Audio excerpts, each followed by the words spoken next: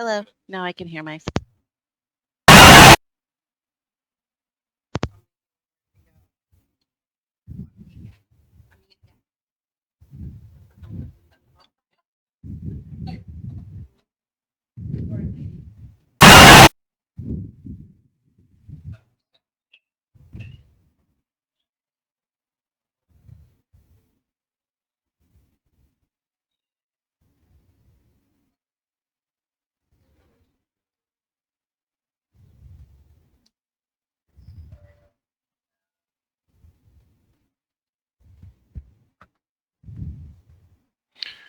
Good evening, Crusher fans, and welcome to Sargent Stadium at the Point for tonight's Laurel Highlands Conference matchup between the Bellefonte Red Raiders and your McCort Carroll Crushers. You're watching the Crusher Sports Network. Hello, I'm Ralph DeMarco along with Jeannie Feathers, and we'll be your host for tonight's game. We have a dual promotion game tonight. It's Bishop McCort's homecoming, as well as our breast cancer awareness night. And, of course, you're listening to the Dream Team, the Stream Team. Jeannie Feathers. Well, hello, Jeannie. How are you? Hi, Ralph. Long time no talk to, huh? Well, we talk during the day, but we just haven't been on the stream for a while. We haven't been on the stream for a whole week. And we want to give a little shout out to Ian Lipinski, who takes care of things behind the scenes for us, and we appreciate all he does. And our first thank yous of the night are to Bellefonte, their athletic director, Deb Moore, and their head football coach, Tony Comfer, for all their help. And, of course, Mike Bako, who does a yeoman's job with all the things that he is involved in to get this game going. And, of course, Tom Smith, our head football coach. And I give myself a great lead-in because we are now going to bring in Coach Smith of the McCort Carroll Crushers and your Coach's Corner.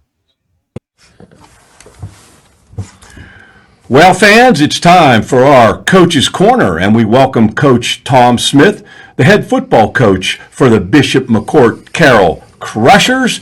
Coach Smith, welcome to the Coach's Corner. Hey, Ralph, thanks for having me here again. It's always a pleasure. Coach, before we get to your keys to the game, I have to ask you, this team that we're playing, their record doesn't show it, but they've played a tough schedule, and this is not a gimme. Not by any means. This football team, Bellefonte, has had an extremely tough first 7 games of the football season. In my opinion, probably the toughest schedule in the Laurel Highlands, and I think we probably had the second toughest. But, I believe that they're a good football team from what I've seen on film and watching them, and they do some things that they can score in a minute. They have some good players, and I believe that this is one of those games where in their locker room they probably circled it as this is one we might be able to get, and we need to make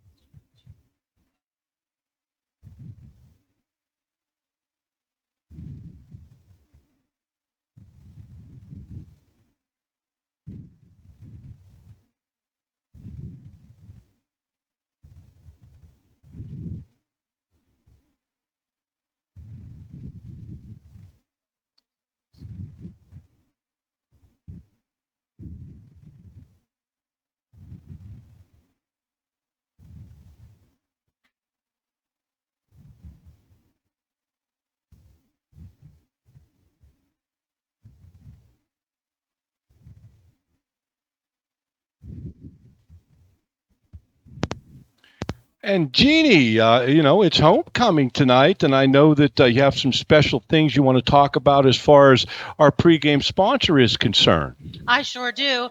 The Bishop McCort Carroll Crusher pregame is sponsored by the Ryan Young Agency, supporting our local athletes, wishing the McCort Carroll Crushers the best of luck this season. Well, homecoming, Jeannie, it's always a special time of the year. Oh, boy. And we have our good friend Molly Largent, who teaches at Bishop McCort Catholic High School. Molly, welcome to the Stream Team. Thank you for having me. I'm excited to be here. Well, Molly pulls this whole week together. I do my best. It's Yes. a lot of moving parts and a lot of helpful hands. So, Molly, you're a 2006 graduate of McCort, and you come from a long line of McCort grads, including your grandfather, who was president of his class in 1942. That is so Woo! cool, man. That's Okay. what you call a legacy. I called my dad to check on that date, and he said it's either 1941 or 1942, but we did some math, and we're pretty sure it's 1942. That's awesome. Yes. Well, you're an English teacher, so you did the math okay, you think? We will, it's one of the two. Okay. Yeah, we're close enough, Yeah. right? You currently teach American literature to the 11th grade, paragraph writing to the 10th grade, and ESL to the international students. You've been running the student council for the last 8 years, and that includes organizing homecoming, formals, proms, student appreciation day, which takes place on Friday of Catholic Schools Week. And homecoming has a lot of moving parts. Tell us about it. Well, we start with getting the vote done as soon as we possibly can, and we know who the top 5 is in the court. And then from there, the girls always choose an organization that they're going to raise money for. Usually, in the past couple of years, if homecoming has been in September, they've done ovarian cancer because that's ovarian cancer month, and we do Turn the Town Teal. They've also done different breast cancer organizations when it's been in October. This year they chose to start a scholarship in Gavin Price's name, which I just thought was just so wonderful. It's a classmate that this senior class lost this summer. Correct. Okay, and that's Yes. sometimes people think that young people aren't as smart as them. Sometimes us older people, but for them to think about that in that way, that shows a lot of maturity for our senior class. 100%. Yes, absolutely. I'm super proud of this group of girls. They're one of the greatest groups I've had in a long time.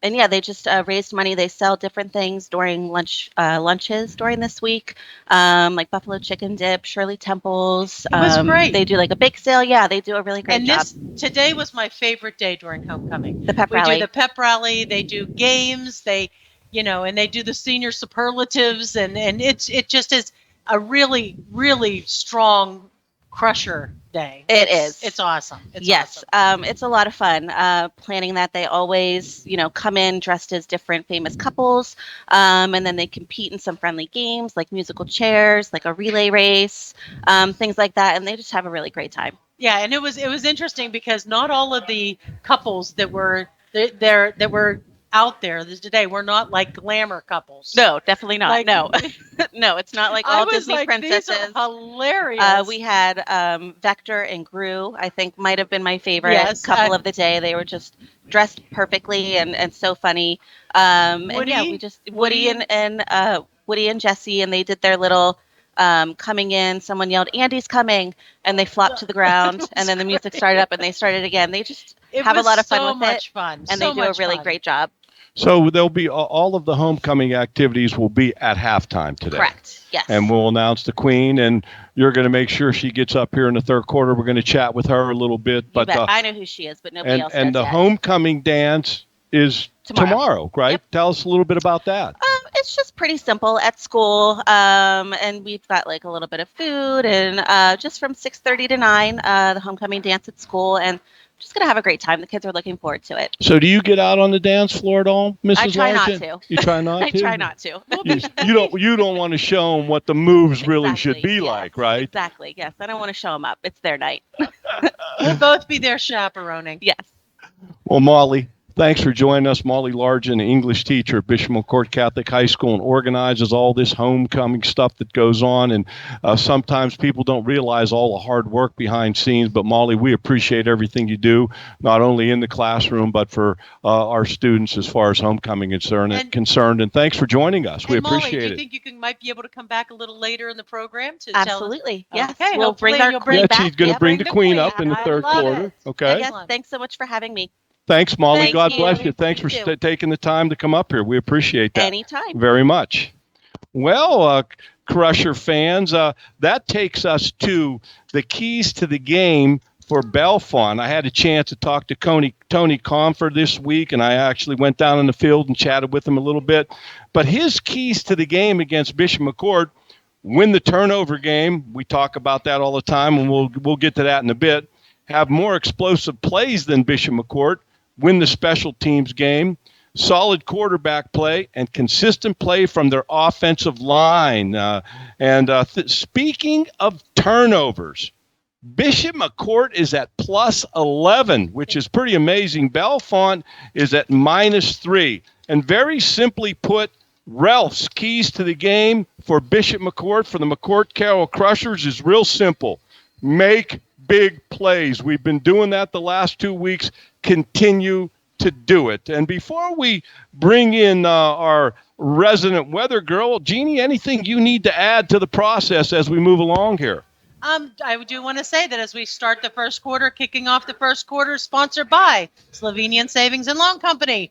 Big enough to serve you and small enough to care since 1915. Now that brings what everybody waits for this moment in the pregame. That brings Sunshine Jill onto the show with tonight's weather report. Sunshine Jill.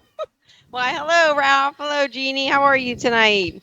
We're fabulous. Wow, tonight is a beautiful night for football. It is actually crisp and clear, and we should be able to see the stars and the moon tonight. No rain in the forecast. Tomorrow's a different story. It's supposed to rain tomorrow, but That's okay. should be a good night She's tonight. starting to give the 10-day Yeah. forecast. Huh? I Yeah. know. Next week will be the 10-day.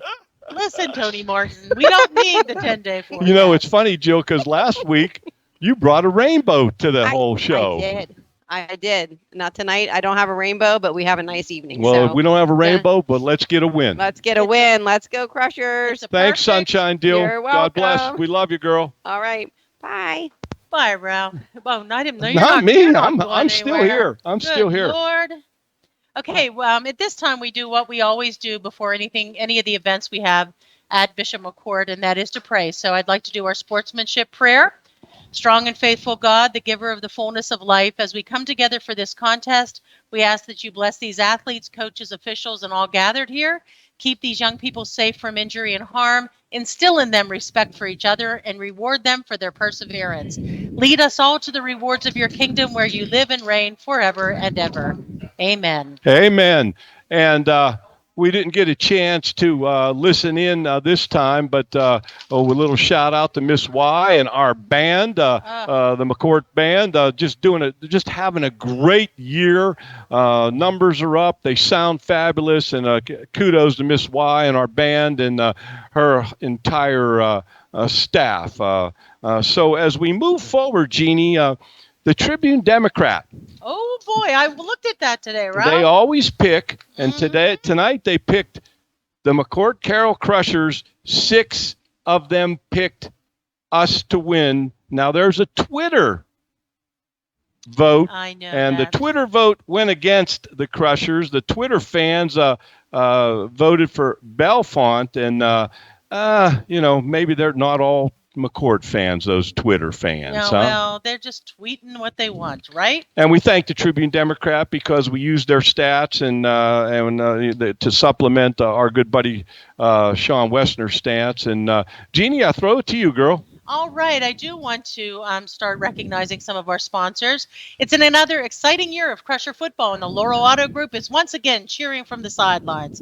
Each year, Laurel is proud to sponsor the Crushers and wish all of the players the best of luck for a successful season. Pride, loyalty, and tradition ring true both on the field and off. The Laurel Auto Group with 7 locations and 10 brands, ready to serve all Crusher fans. Bishop McCort Catholic High School and Laurel Auto Group, a winning combination. Well, Jeannie, we are having what we refer to as the ceremonial toss of the coin, and I can tell you that Father Crookston eavesdropped on the 6:30, the official toss of the coin, and here's how that all went.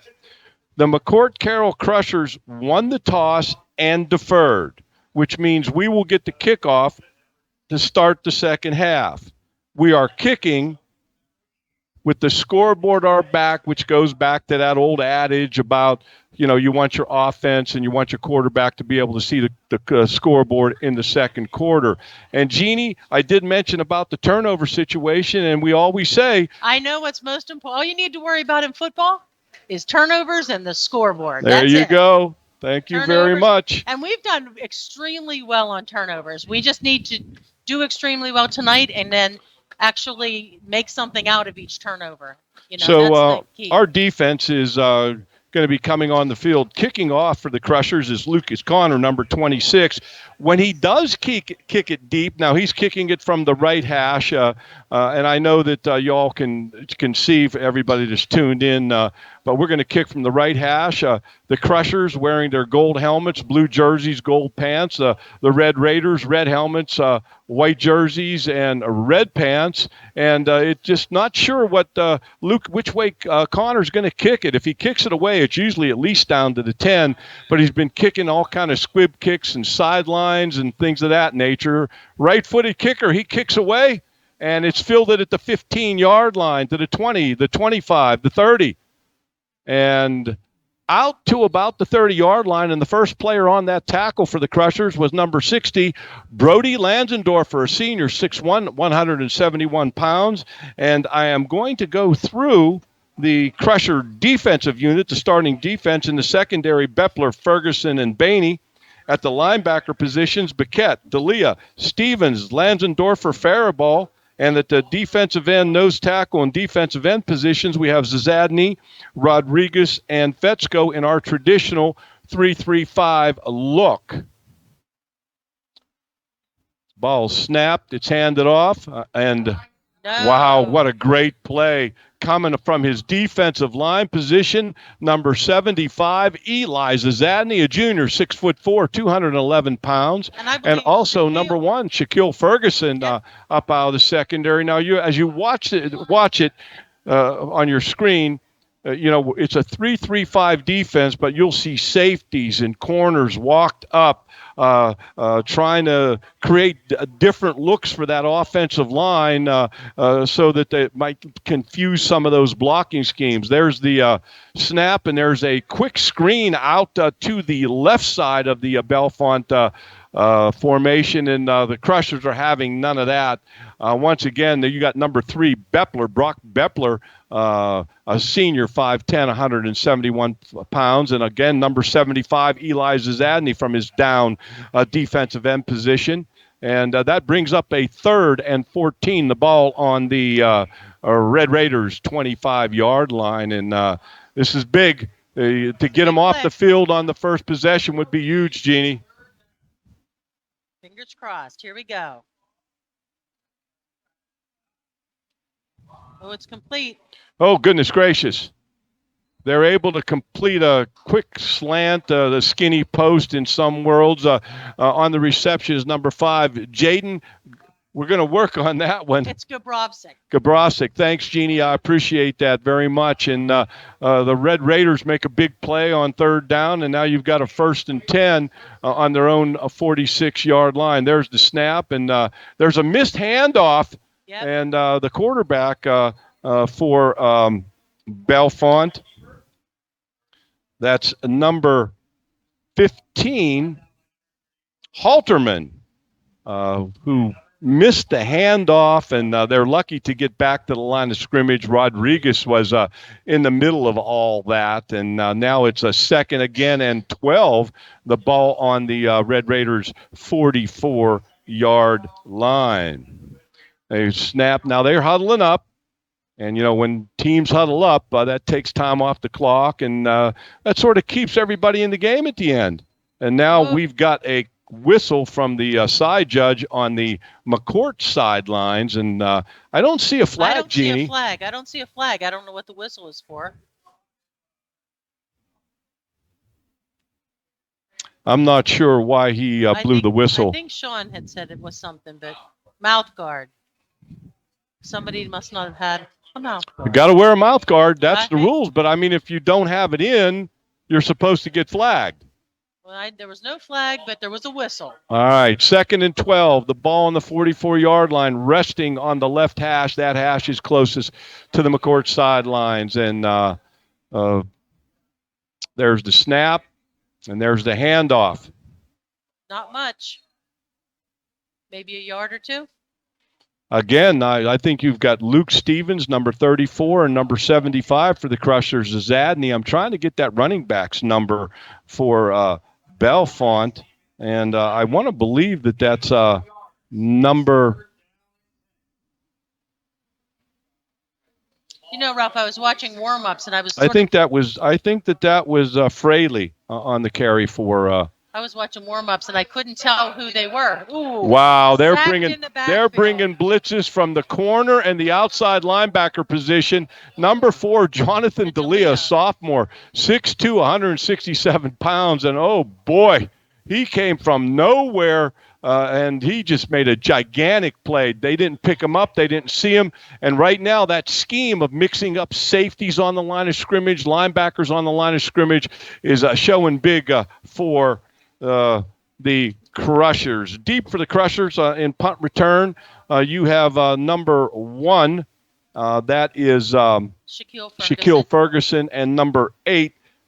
Bentley Bainey, and Bentley Bainey's averaging 8 yards per return, and Ferguson is averaging 16.2 yards per return. In punt formation for the Raiders is numbers. I believe that's number. They're moving back. I don't know what just happened there, Ralph. Now, I believe they got delay of game. Okay. 5-yard penalty. 4th and 27 on their 33. The Crushers setting up a return. Ferguson fields it on the 32. Headed north and south, now bounces it outside, turns the corner, and gets it out to about the 43-yard line for about a 10-yard return. And punting the football, I believe, for Bellefonte was number 17, Braden Bickle. You can feel the excitement in the air. It's time for Friday Night Lights in high school football. Dr. John Walker Family Dental Center at 307 State Street. Cheer on the McCort Carroll Crushers. Good luck to all the players and coaches from Dr. Walker and staff. Have a great season and enjoy each minute. Dr. Walker Family Dental Center, proud to be a sponsor of Bishop McCort. It's an empty set for the Crushers. They've got the hurry-up offense, which has been very successful for them. Beppler in motion going right to left, and the Raiders are all over at number 34 for the Raiders. That is Nathan Benner, a linebacker, a junior on the play. And the Crushers, I don't know if it's a hurry-up mode because they all wear the wristband. They look to the sidelines. The big thing is they don't huddle, and they're not in a big hurry. But at the same time, they're on the line of scrimmage and they want to make it happen, a little bit quicker than they normally would. Empty set. We've got number 4 going in motion left to right, and he turns the corner on the jet seat, picks up about 5 or 6. I think that's going to bring up a 3rd down and about I'm going to 6. say 5 or 6, yeah. And we do want to give a shout out when we can get it in here. We want to get a shout out to our the voice of the Crushers, Mike Shellhammer, our statistician, Sean Westner, and, of course, I kid around with him on the field before the game. He's way far away on house arrest, Don Stanton running the game clock. Beppler in motion, left to right. They fake it to him. Faribault keeps it. Quarterback keeper, and I believe he gets the first down. He's over the 50-yard line. Absolutely, and it's a Crusher first down. Sponsored by Don and Aaron Colvin with Remax Power and Associates. Coming up to make the tackle for the Raiders was the number 4, Aiden Howe, from his defensive back position. And we did go through the starting lineup for our Crushers. Faraball and Bepler, Ferguson, D'Elia, Paquette, Bainey, Zazadny, Rodriguez, Fetzko, Landendorfer, and Tommy Alshotz that's our starting offensive unit.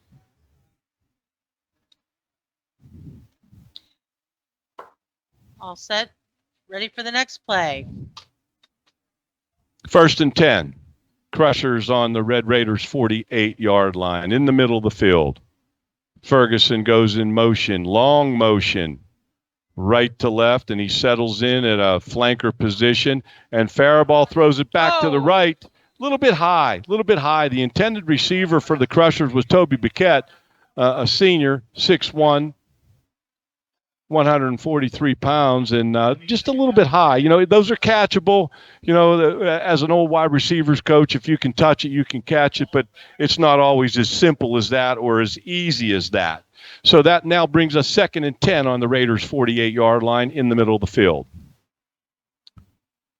Faraball in the gun. We pretty much have an empty set. Now we got motion right to left, and Faraball fakes the jet sweep, and he takes it up. Oh, my goodness. Takes it up to the 40-yard line, and the ball's on the ground, and I believe they're saying he was down. The referee on our sidelines is spotting the ball and marking it because the sticks are behind him, and that's part of his responsibility. And a shout-out to those guys on the sticks. We appreciate them being here every week and helping us out. You got a list of guys over there, Phillips and Ingram, and doing some great stuff over there. So now we got a 3rd and 3 on their 41-yard line. I don't think we're going to punt the football if we don't get this first down, Jeannie. No. And we're giving it to Ferguson on the jet sweep. Go. He gets a great block by number 4, and I think this is going to be pretty darn close. I think it's going to be spotted as a first down. Number 4 for the Crushers, that was Jonathan D'Elia. Boy, what a nice block he had on that outside linebacker for the Raiders, just doing some yeoman work to get that first down. 1st and 10, the ball on the Red Raiders' 37-yard line. And it's a So on the Crusher left first half- down, sponsored by Don and Aaron Colvin, Power Associates. In the shotgun, there's the snap. Bepler in motion behind, and they're going to give him the ball like on a little bit of an inside power. And he squiggles and wiggles and giggles through there and picks up maybe a yard. That might be the toughest yard that Bepler's picked up all year long. He put on about 3 or 4 moves, and they're going to give him actually a 2-yard gain. 2nd down and 8, the ball on the Raiders' 35-yard line.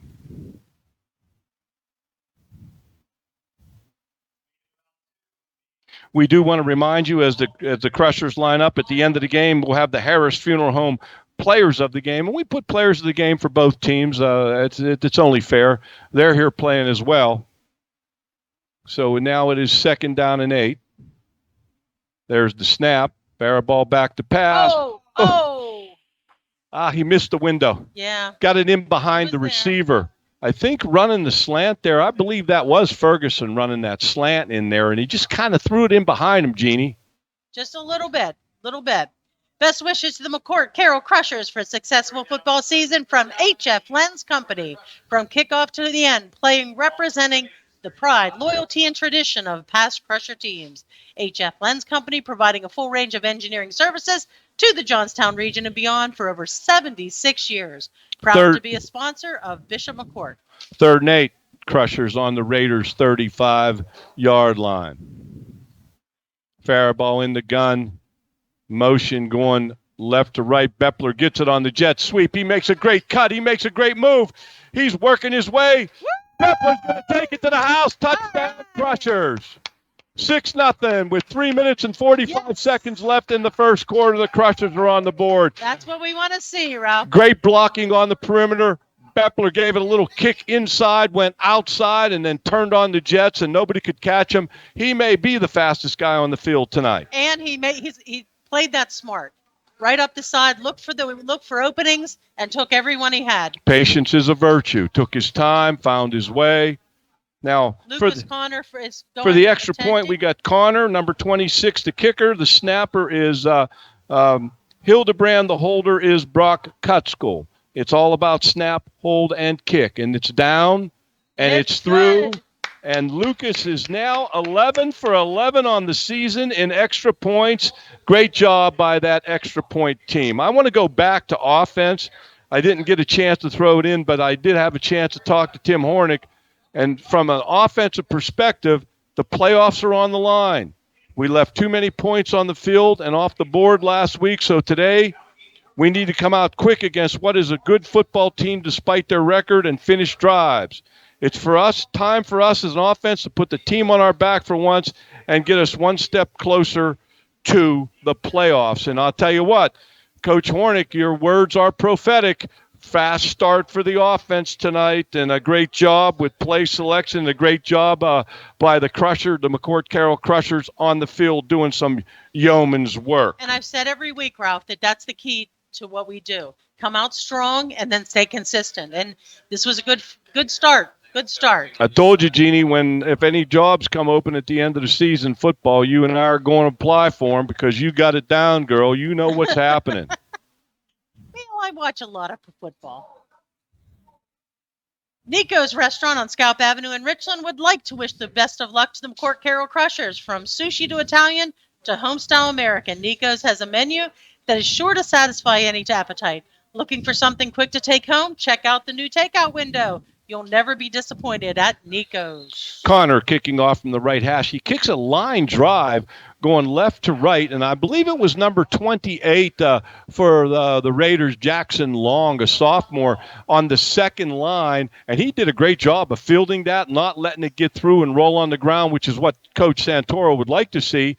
And he sets up the Red Raiders in pretty good field position on their own 34-yard line on that right hash, which is closest to their sidelines. And, Ralph, I have to say, I do have a first-time listener, Rosie Morel Skundrich from Irwin, PA. First-time listener.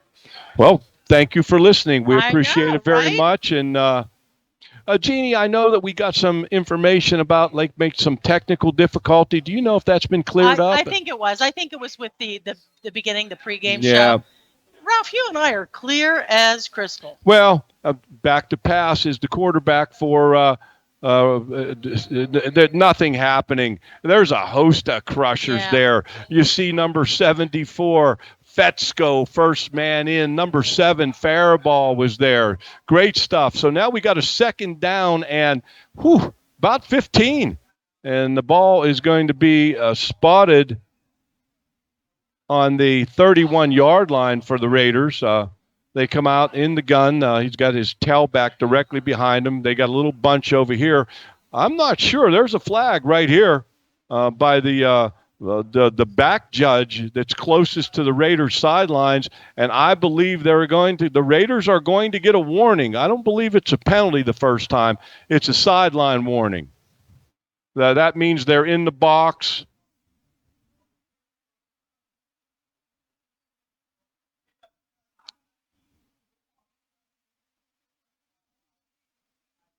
Well, the only thing I can think of, Jeannie, though, they didn't mark it off, so it's a warning. Now, if that official is running up and down the sidelines and bumps into anybody, that becomes an automatic penalty. But that's a warning, and the next time they're going to get penalized, they cannot be in that area where that official is going to run up and down the field. And we saw that multiple times last week. Well, I hate to say it, but the official bumped into one of our coaches, and we got penalized because of that. And we're not going to throw our coach under the bus. We don't do that here.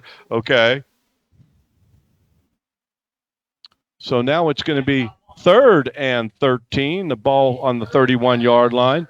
That defensive front up front, number 55 Rodriguez, number 74 Fetzko, and number 75 Zazadny off to a fast start this evening. Boy, Caleb Rodriguez is a big boy. Number 15, back to pass. He's under pressure. He elides the pressure, and he's going to run it. Number 34, Stevens. And number 4 for the Crushers, Jonathan D'Elia. They hold him to about a 4-yard gain, and the Raiders are going to have to punt the football. With 1 minute and 55 seconds left in the first quarter, 7-0, Bishop McCort. Now the Raiders are in the huddle. Play clock at 22, 21, 20. Game clock 144, 143. And number 17 in punt formation for the Raiders, that's Braden Bickle. And he's averaging about 32 yards a punt, just a little over 32. Right-footed punter. Gets a nice punt. Fielded by Shaquille Ferguson on the 30, 35, 40, 45, here he goes. 50. They're blocking for him. 40, 30. Hold on He to that cuts ball. back. He fumbles the football. God bless America. Oh, and the Raiders recover. What a great run back by Ferguson. And one of the Raiders sticks his hand in there and fumbles it. And there you go. Those turnovers. Now the Crusher defense got to get on the field and not let them turn that into points. Jeannie. Ralph, you got to hold that. You got to secure that ball. That's what I say. Secure it. Well, it's a security. Ball security is something that you practice. And I know I've been to the Crusher practices, and they practice it a lot. He was cutting back, and you got to keep that thing tight to the body. 1st and 10, ball on the 30 for the Raiders after the fumble recovery. They got a little quick hitch out here to number 5. Number 5 is Jaden. Help me out here, Jeannie. You got this pronunciation down. Gabrovsik. Before the night's over, we'll pronounce that 12 different times, okay? He was taken down by Bentley And we Baby. apologize, Jaden. We're working on it, brother, okay? They pick up about 6 on that first down pass, a little hitch. And number 8, Bentley Bainey was right on the play. They come right back to the play to number 4. Bainey hangs on. Number 4 is Aiden Howe, the receiver for the Red Raiders. And I believe that is going to be close to the sticks. I think they're calling it a first it is down. going to be a first down. 1st and 10 for the Raiders on their 40-yard line. Ball on the right hash. 3 steps. That's it. Tear, take, and go. Tear, take, and go with Medipack from Martellus Pharmacies. Medipack medication packaging reminds you to take the right medicines at the right time every time. Martellus Pharmacy Medipack is convenient, easy, stress-free, and is only available from Martellus Pharmacies. Hard up, right up the guts, quarterback's keeper, and he picks up about, he might have picked up about 2.5, 3 yards. It's going to bring up a second and long 7.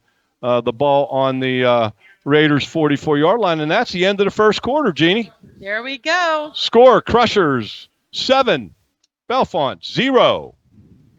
Good luck to Coach Smith and the McCort Carroll Crushers from your friends at Game Day Apparel. Stop in and see Game Day Apparel at their location on Eisenhower Boulevard for all of your screen printing and embroidery needs.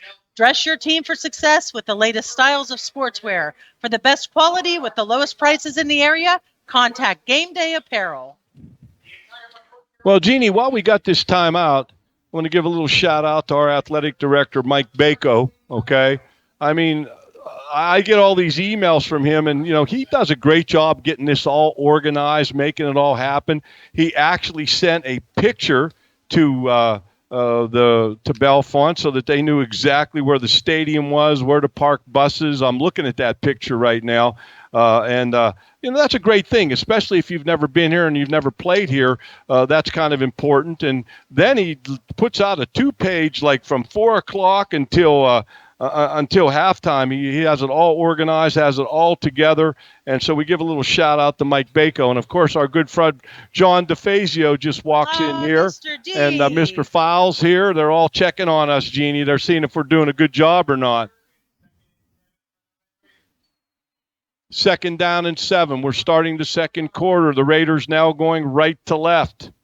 Number 15, quarterback back to pass. He's going deep. He's got a step on Ferguson, but Ferguson makes up some ground, and the pass is incomplete. The quarterback, number 15, Liam Halterman, just overthrew his receivers just a little bit. I'm trying to get a number on that receiver, Jeannie.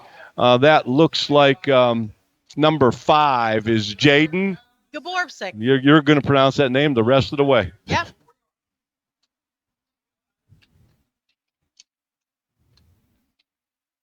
It is 3rd down and 7, 11 minutes and 53 seconds left to go in the second quarter. Crushers in there. It's straight 3-3-5 look right now. They're not now. They're going to bring off the corner. Here comes number 4. Number 4 put the pressure on Jonathan D'Elia from his outside linebacker position. I believe the ball's on the ground, but Bellefonte was able to recover the recover the fumble. So that's going to bring up 4th down, and Bellefonte runs their punt team on the field. 11 minutes and 33 seconds left in the second quarter. The Crushers up 7-0, and it's 4th and 7, and Bellefonte is going to punt the football. Deep for the Crushers is number 1, Shaquille Ferguson, and Shaquille is averaging 12 yards per return on the season.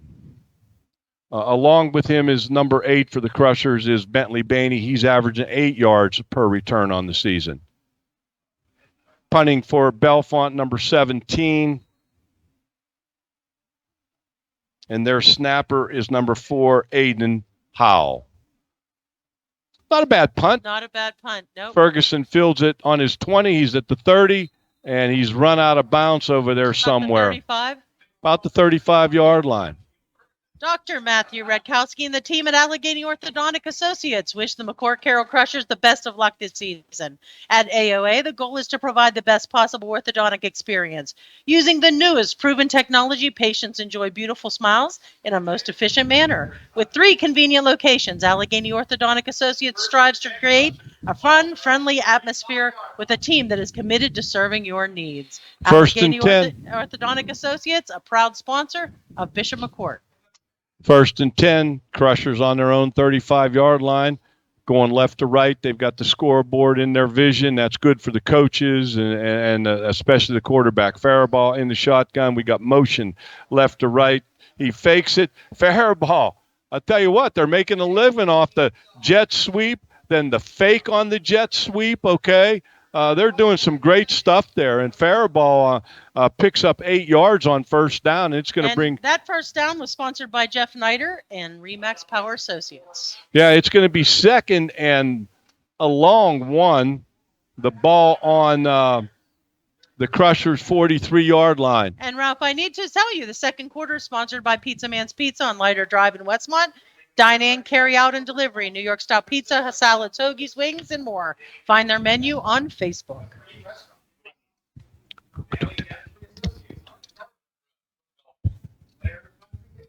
Metz Culinary Management proudly serves the Bishop McCort family. Whether providing daily fare in the cafeteria or offering a catering for school events, Metz strives to offer a variety of healthy choices in a safe environment. Metz Culinary Management wishes the Crushers of McCort Carroll Catholic football the best of luck during this season. Well, Bellefonte took a timeout. I think they're tired of seeing the jet sweep, then the fake off the jet sweep, and the keep by the quarterback Faribault. Those plays right now are the Crushers are moving the football. And I give Coach Hornick a lot of credit. If it's working, we're going to keep running until you stop it, and the Raiders are going to try to stop it. The Raiders now crowding the line of scrimmage. They were in a traditional they're still in their 4-man down look. They're 4-3, and Faribault back to pass. He's going deep down the middle. He's got Beppler open in the middle. Beppler makes the catch. What a breaker. Breaks the tackle. Touchdown, Brock Beppler. Whoa. That's number 2 for Brock tonight. Well, and you know, Jeannie, I feel so good for Brock because I know that receiving this season's kind of had some ups and downs. He's made some great catches, and then other situations maybe went off his fingertips, but he looked it right in. He tucked it away. He broke the tackle of the safety, and he takes it in for a score. Brock Beppler, great play and great throw by Faribault, and you know right on the money. You know what impressed me? He caught the ball. The guy had the defensive man had his leg, and he fought his way through to the touchdown. I'm with you. He didn't just fall. That meant Hildebrand snapping. We got number 28, Brock Cutschool, the holder, and Lucas Connor now goes to 12 for 12 on the season and extra points. And talk about consistent. It doesn't get any better than that, Jeannie. I know, right? We've got 14-0 Bishop McCort with 11-11 left in the second quarter. Well, the Crushers are going to kick off 14-0. And a little shout out to Dan Santoro. Dan sends me all these pages of just great notes about the opponent's special teams, about our special teams, helps us out with names and numbers and what people are doing on special teams. And his motto is don't give up the ship. And he's got some cheeseburger awards. We're going to talk about them maybe in the second half a little bit. Is he giving out cheeseburgers? Well, I don't know if he's cooking them on his grill, what he's doing, but he's got some cheeseburger awards if you do well on special teams. So Connor's going to kick off from the left hash on the 40. We've got not sure our alignment. We've only got 4 guys to the wide side of the field, and we've got 6 to the short side of the field. Jeannie, heads up here. We've overloaded the short side of the field. Look for Connor to kick it that way. We might be looking at trying to look where they've got a big hole right on the 40-yard line. Okay, I see it. So check it out. I'm shocked. I don't know why they did that. Whoa! He kicked the line driver down to the 20-yard line. So Jeannie, I think the theory there was kick it to the short side.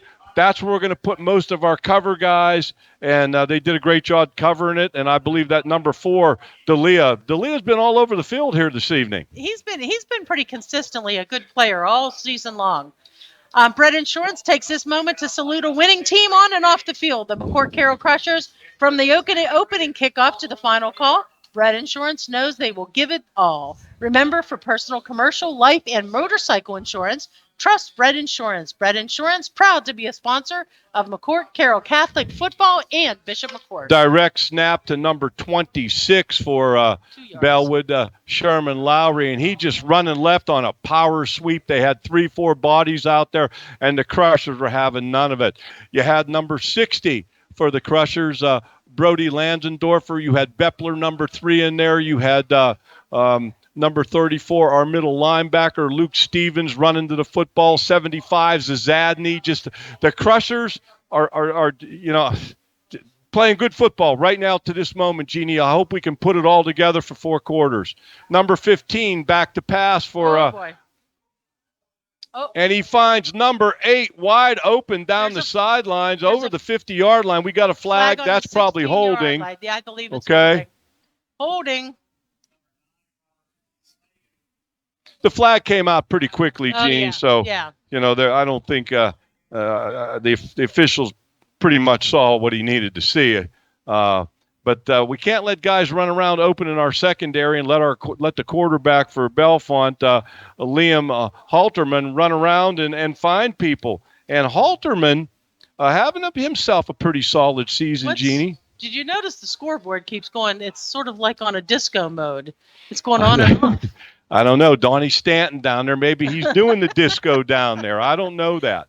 I don't know. But Halterman is 39 for 77 on the season, 460 yards, and he's thrown 4 TDs. Now guess what? It was. Did it go out? It went out. Stadium. The scoreboard went out.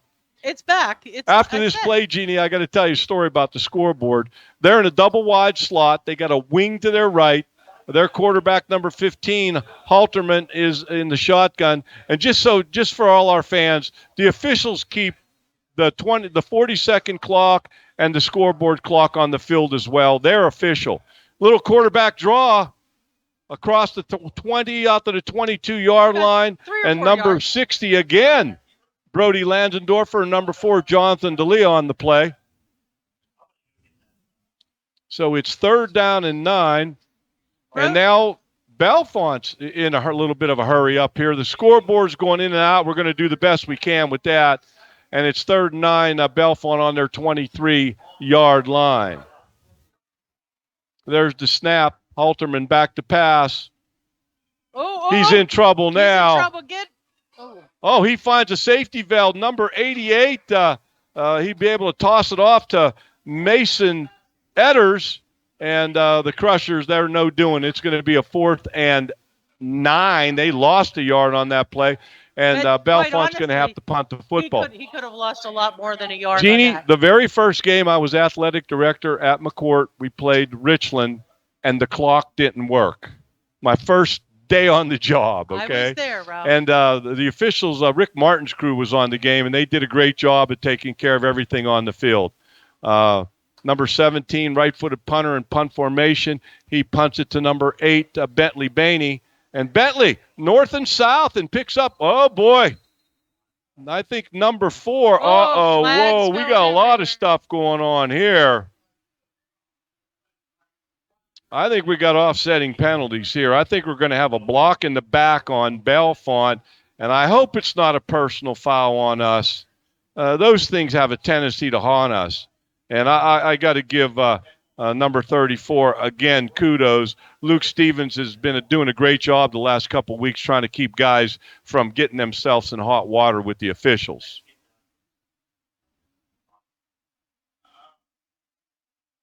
So let's see what's going on. Now, Coach Confer is not happy, and the officials are telling him to please get off the field. Okay, he is not a happy camper. Okay.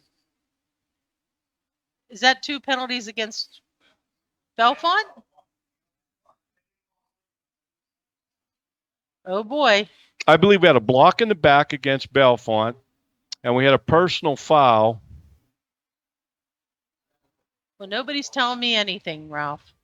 I think they're both the same yardage, and so they took Just one and offset. declined one, Okay. and they took them. No, they're gonna, pushing. yeah, they're going to pushing take them back from the point of the foul. McElwain School Bus Lines and McElwain Charters and Tours is a proud sponsor of Bishop McCort and McCort Carroll Catholic Football.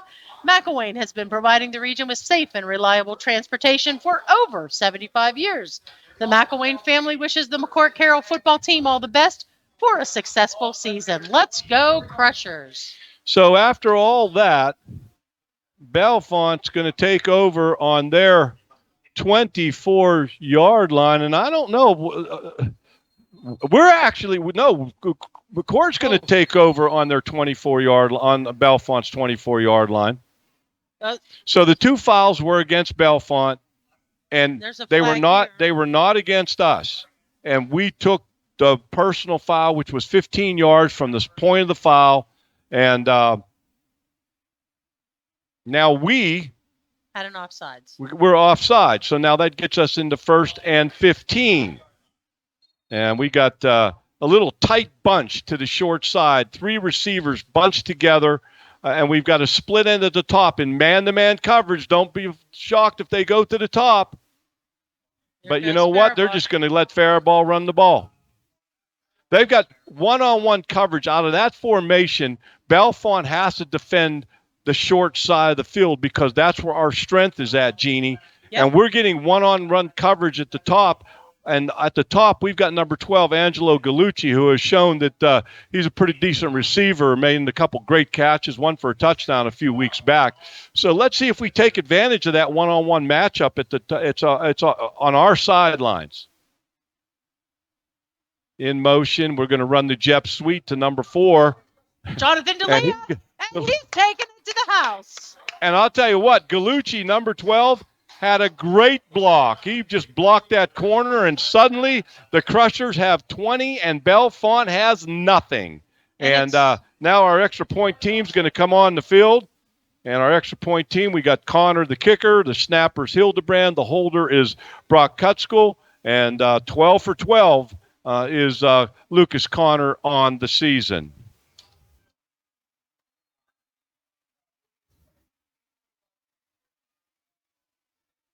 Let's see this consistency, Ralph. Let's see. Hasn't missed it yet. Snap, hold, kick. They're offsides. I saw that too. The kick is good. I don't see a flag. No, but the kick was good. So. Yeah, but you know what? That the way that's organized, and the way that penalty is, if they throw the flag, we're kicking. They're gonna walk it off on the kickoff. Okay. Right. But anyway. Your Crushers, 21. The Bellefonte Red Raiders, 0. 8 minutes and 10 seconds left in the second quarter. Now, we're having the game clock, the scoreboard is going in and out. And the play clock looks to be okay.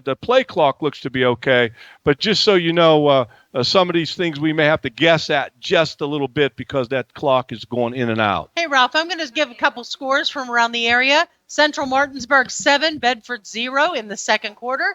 Tyrone's at 7, Central Cambria 0, also second quarter. Chestnut Ridge 14, Bishop Guilfoyle 6, second quarter.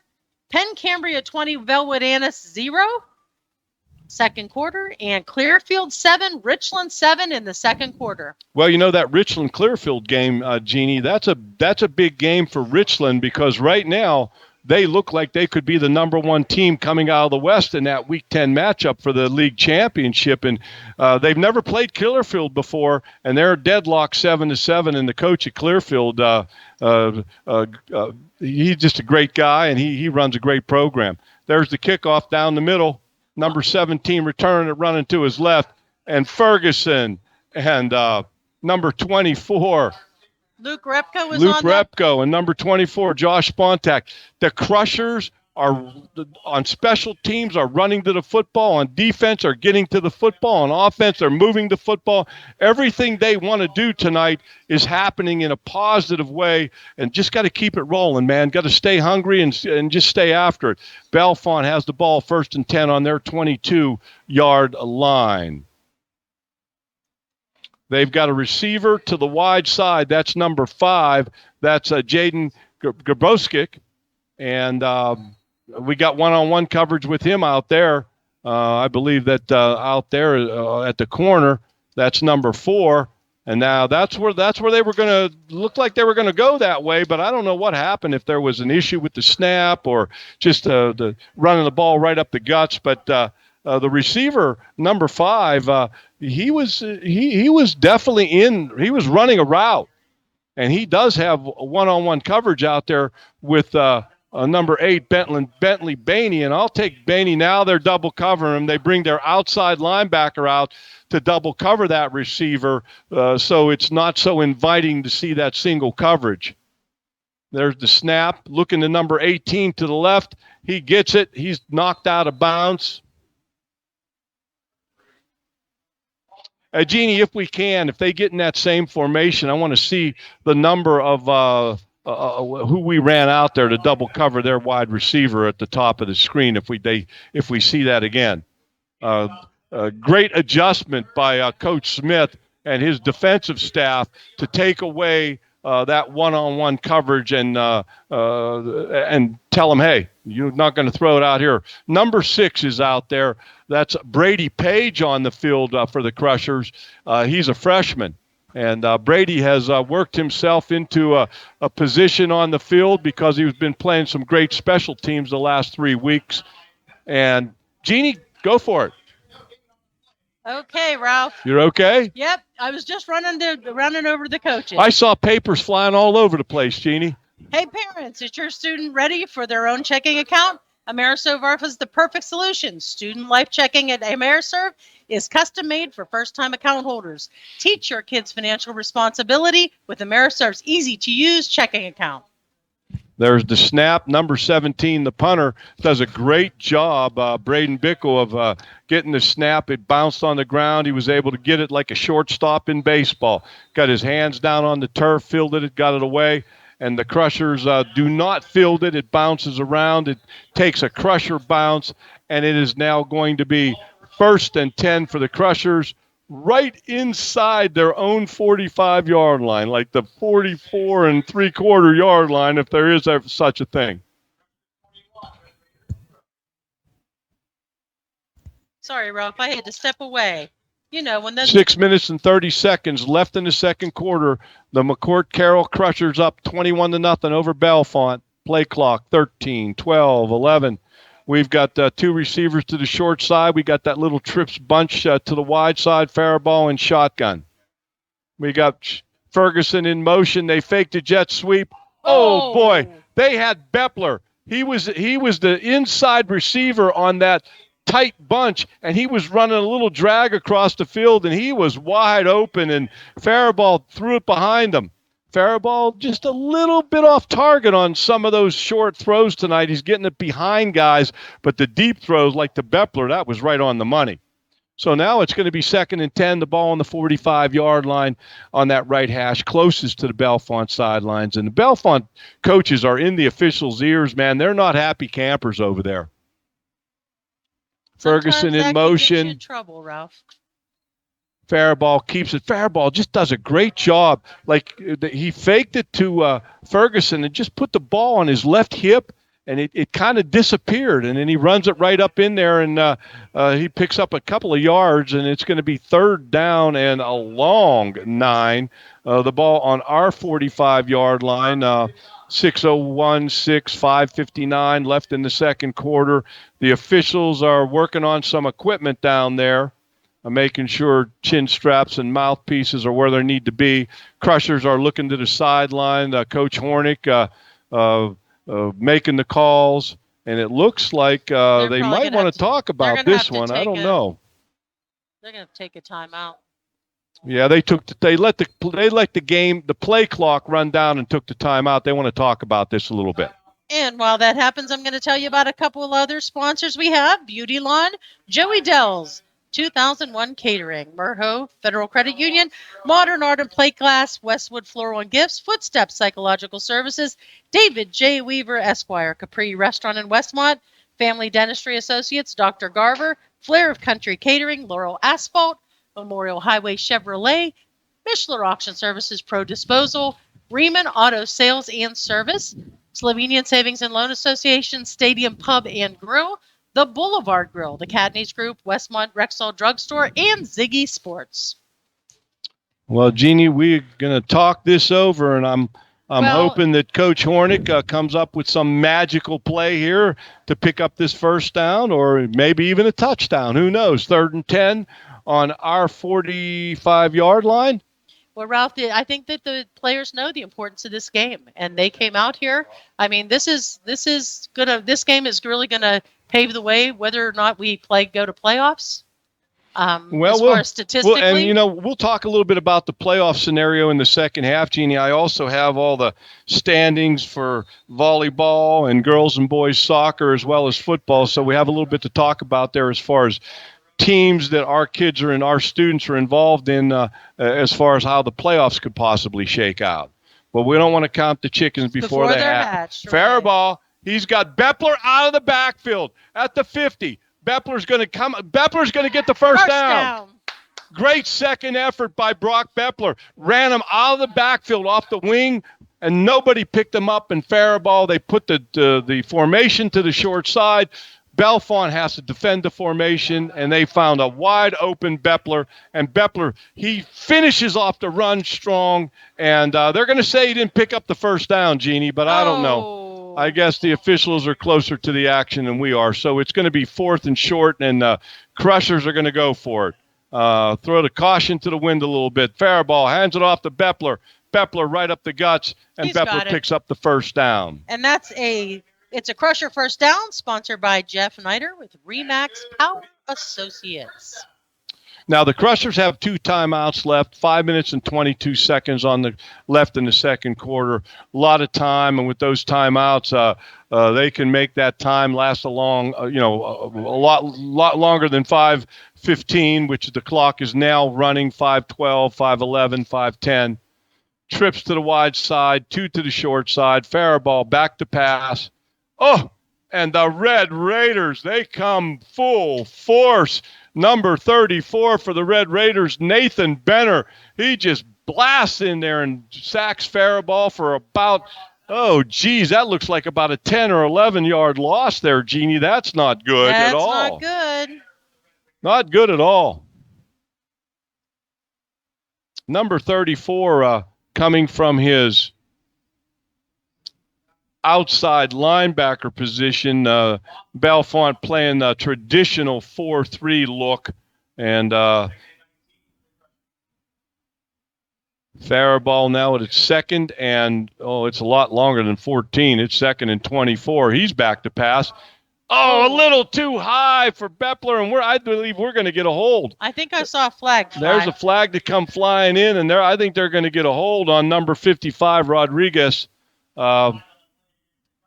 He was blocking number 34, who just had that sack the play before, and so you get a little conscious of that, and maybe you want to get a little extra grab in there, and you can't do that. They're going to catch you doing that, and things are going to not go your way. And Bellefonte looks like they're going to take the penalty, which, my goodness gracious, I'm not that good a math student, but that's like second and like half the football field we're at now.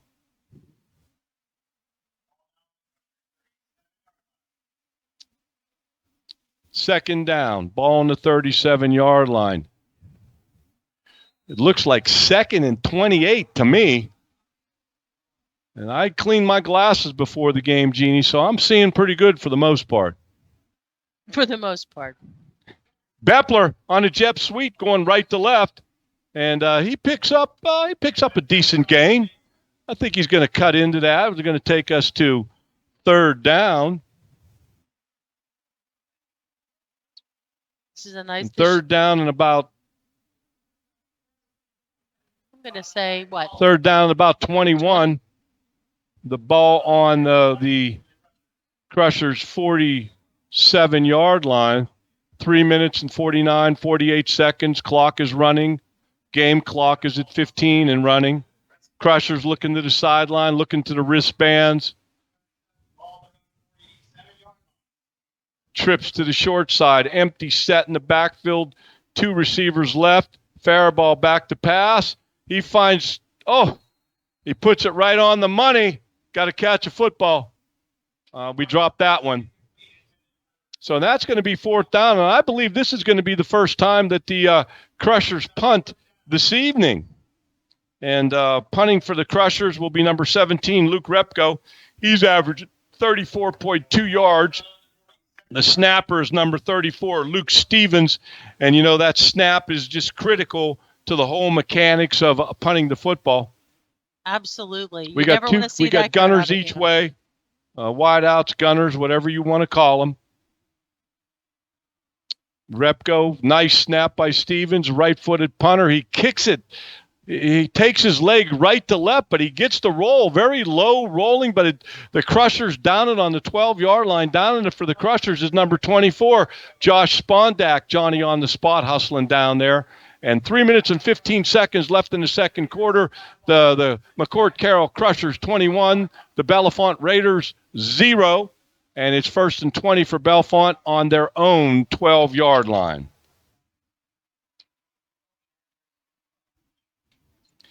At halftime, Jeannie, I do want to make a mention about halftime.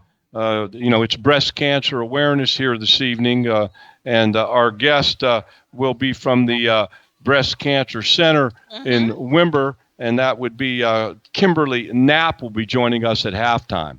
Yes, and we always have someone from the Joyce Murtha Breast Care Center come on, and they do a wonderful job out there.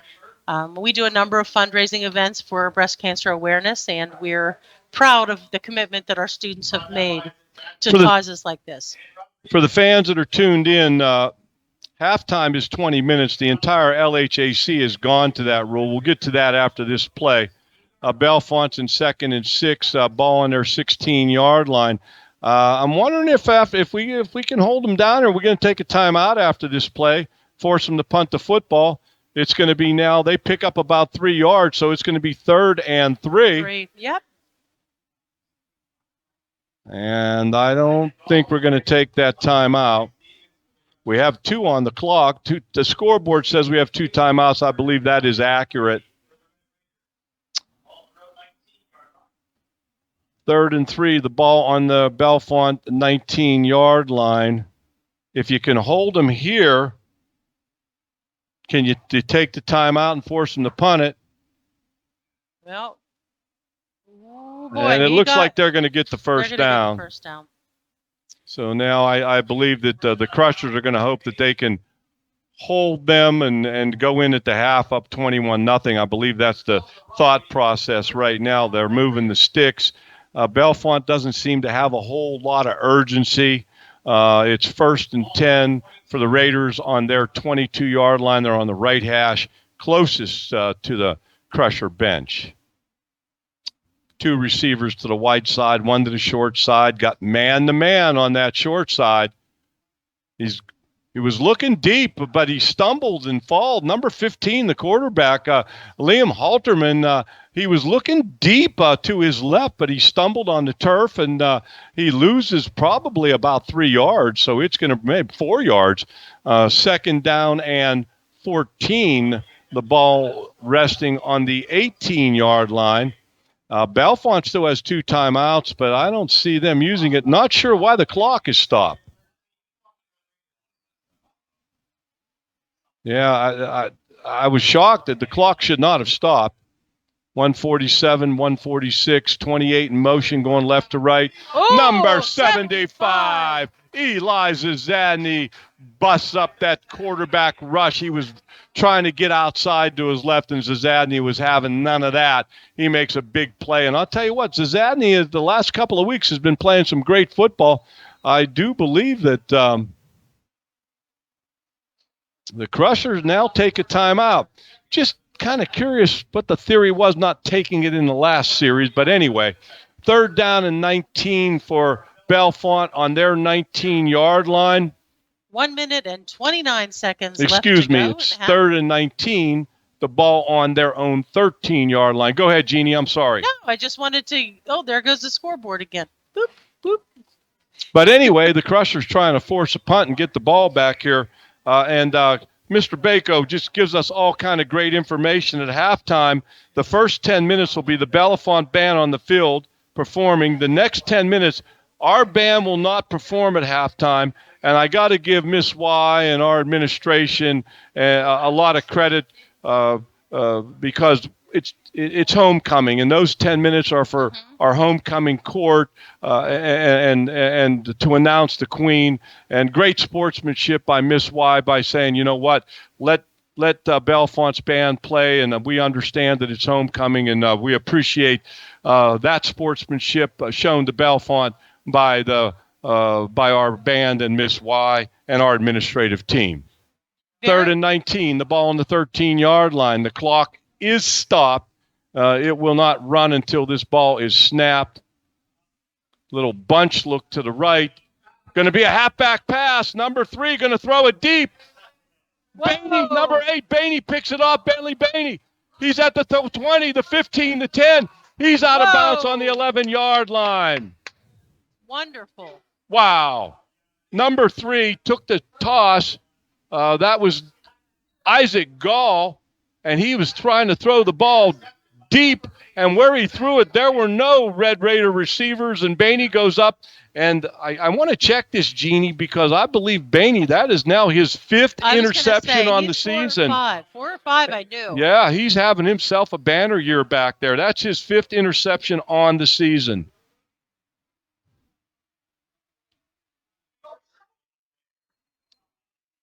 First and 10, ball on the Bellefonte 15-yard line. We've got 1 timeout left.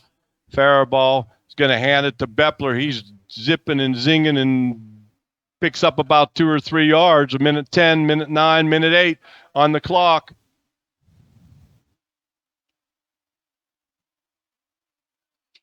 And at halftime for the fans at the stadium, Mr. Shellhammer, the voice of the Crushers, will be making some announcements.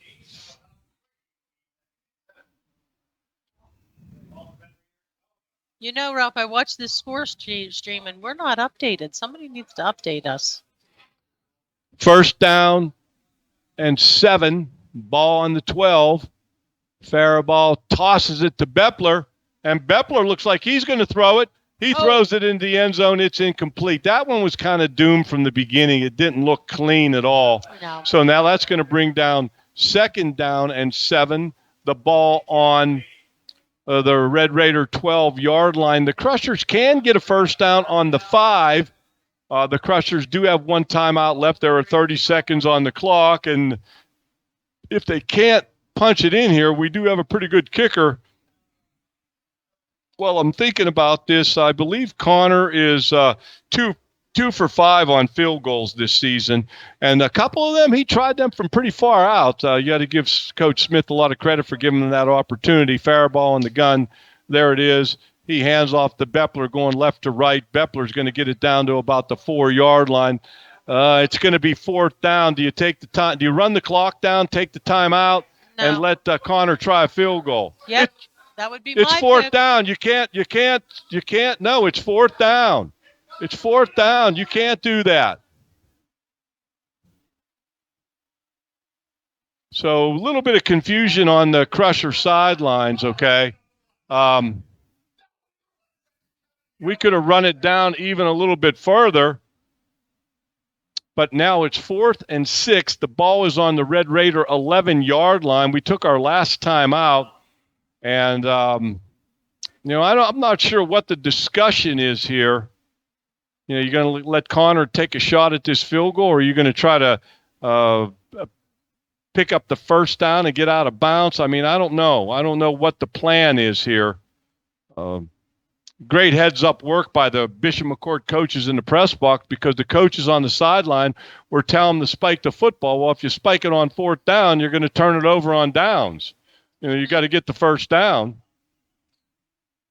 So now it's still 4th and 6, the ball on the 11, and Connor is going to try a field goal, and the ball is spotted on the 18. This will be a 28-yard field goal. He's 2 for 5 on the season. Snap, hold, kick. And you guess what, fans? He hit it. Nice job. He's 3 for 6 on the season, and the Crushers go up 24-0. And there's 5 seconds left on the play clock, and the Crushers are going to have to kick off. And Coach Santoro's got that kickoff team. Don't give up the ship. Let's get this done, fellas. And you know what, Ralph? If I'm not mistaken, and correct me if I'm wrong, I believe that the 3 missed field goals that Connor had were very long, and you know what I mean? He did try a 48-yarder this season, yes. And I've watched him in warm-ups kick a 48-yarder, and I got to give our coaching staff a lot of credit for giving him those opportunities. He's just getting better, okay? He is. And 24-0 with 5 seconds left. We're going to kick off. It looks like we're going to kick off from our left hash. I don't know. Coach Santoro keeps getting me guessing about what they're doing. Now Connor's going. He was in the middle of the field. Now he's back. He was at the left hash. He's in the middle of the field. Now he's back on the left hash. Okay. 1st and 10. Yeah, 1st and 10. Here we go. Connor kicking off. If he kicks it away, he usually kicks it to the 10, but I don't see that happening, Jeannie. He just kicks it on the ground, and it's fielded by number 3, and not sure what the theory was there. Now they're going to have to heave it to the end zone, okay?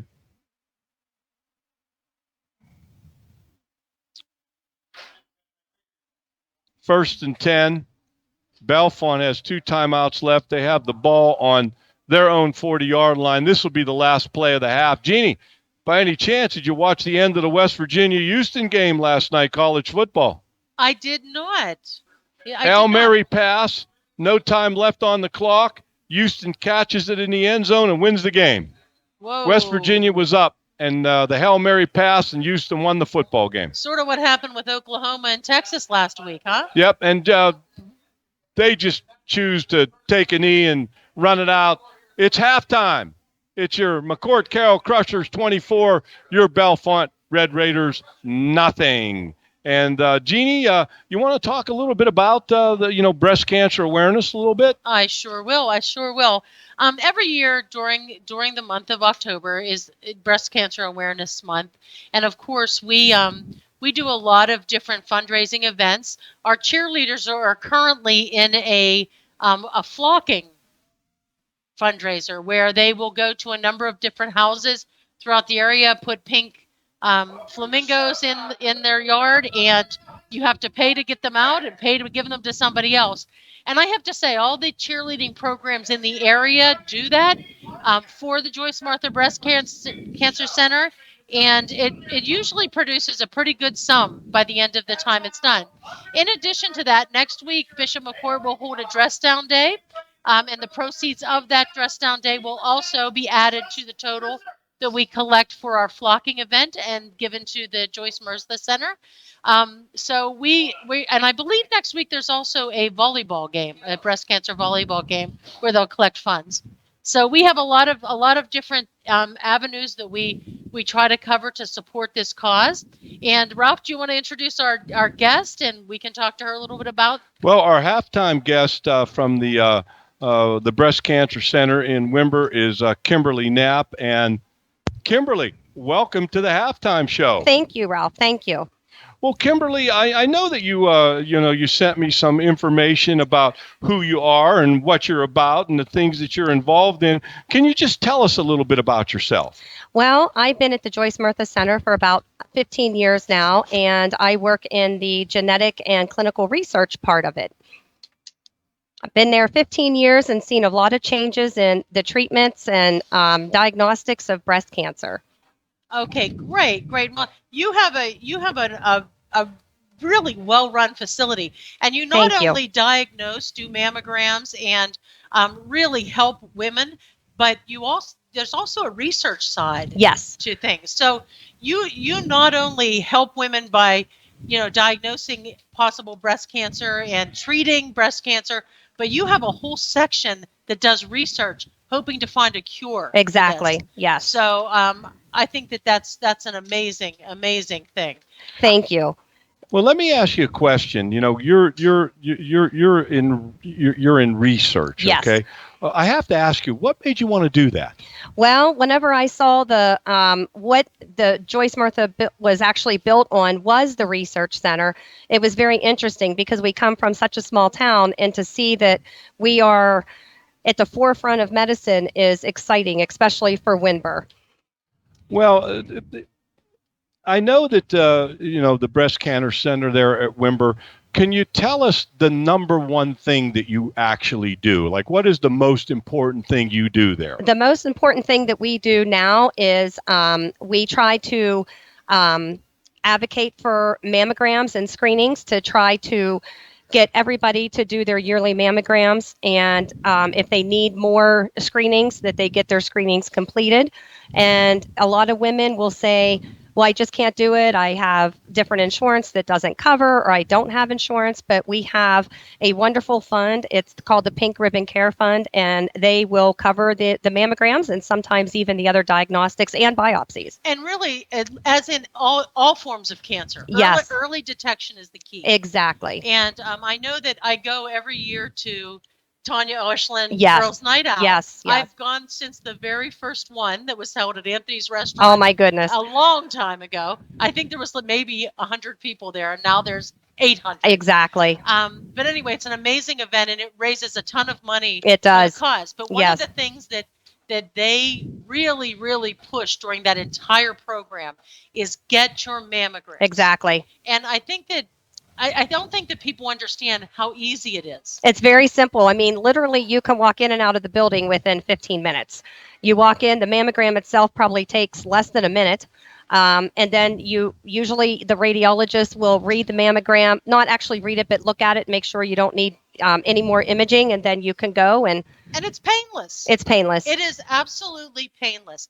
And the programs that you have that help pay for it. Yes. There is no excuse for any woman not to get their mammogram. Regular mammograms. Exactly. Because it can save your life. And that's right. Well, do you have to be a patient of the Joyce Merzla Breast Care Center to have genetic testing completed? No. Our genetic services, we see breast cancer patients. We get referrals from primary care physicians, from our oncologists, local oncologists, radiation oncologists, and our gynecology departments. Well, we get patients from Punxsutawney, Altoona, a couple from Pittsburgh, down past Breezewood. So we have a very wide range of patients. So the genetics, we want to see patients that just not have cancer, but the whole goal is to try to do the genetic testing before cancer is found. How closely, if you do, let me reword the question, okay? the Wimber Research Institute is right there. Yep. Okay. Do you work closely with them at all? I do. Yep. I actually, the clinical research manager there, and we consent patients when they come in, especially if they're having a biopsy. We'll approach the patient and ask them if they would be a part of our research. We take their blood, and we take the research center comes up to get their blood, and then they divide it out and save it, and then they use it in multiple research studies. That's awesome. Yeah. And I think you might have touched upon this, but are there any programs for patients don't have insurance? Because we kind of live in a world where not everybody has insurance. Exactly. Yeah. So we have the Pink Ribbon Care Fund, and like you were saying, the Girls' Night Out, they donate a good bit of money. Things like today, the volleyball games, the football games, any funding that we get goes directly to patient care. Sometimes it helps with comfort measures, like when we're having mammograms. We, just a lot of extras for the patients. And even whenever they have developed cancer, we have things that we can give them to help organize everything.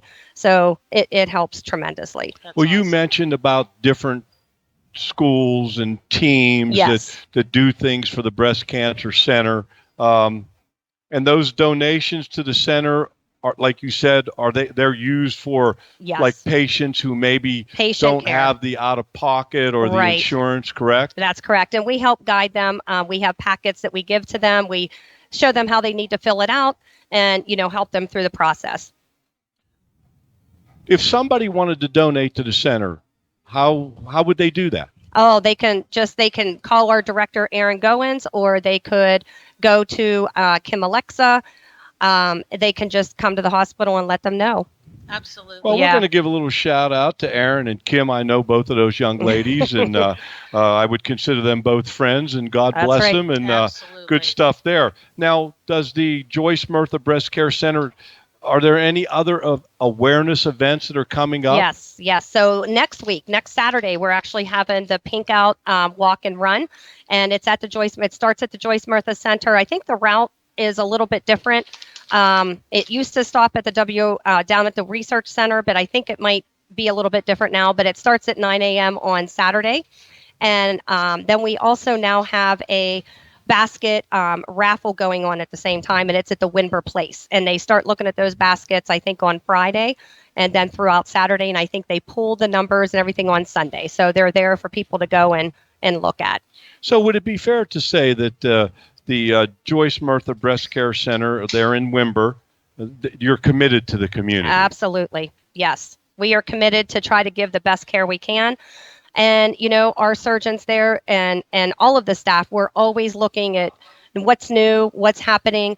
We get a lot of articles. We're in contact with a lot of different people besides just the Joyce Murtha Center, like me with the genetics.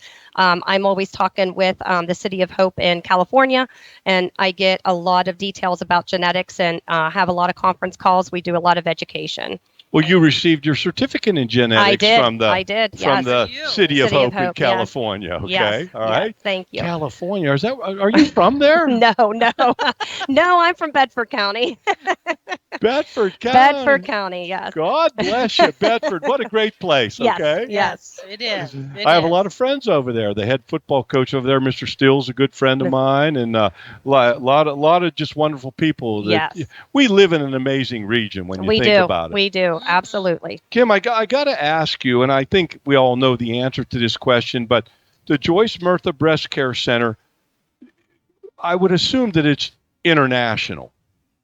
I would probably think so. Yes. I would think so. Yep. Yeah. Yep. And especially, now that we have Patrick Patrick Soonshong, who comes in every so often to the hospital, and he was very interested in the research part of it. And our CEO, he's always, talking with Patrick about what's happening. We have different research studies going on for him as well as us. Mr. Kurtz, who I believe is Oh, a yes. Bishop McCort alum. Oh, So the Shan Shung Shang Medical Center, I got yeah, that down. you got it. Good You got job. it. Well, let me Ralph. say this to you. I used to have a morning show on the radio, and they were one of the sponsors. So Okay. I would start every show with and we're proud sponsor is the Shan Shung Shang Medical Center, okay? And I would practice that all the That's time. right. Okay? That's right.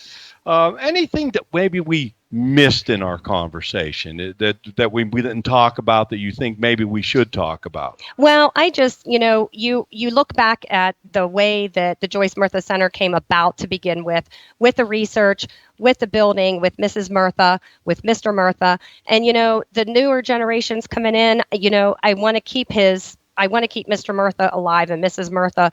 They need to know how it got started and why it got started because of her friend developing breast cancer. And, it's important for the next generation to understand what Mr. Murtha did for our center, or did for the whole area. Absolutely. So, it's a wonderful thing if we wouldn't have it.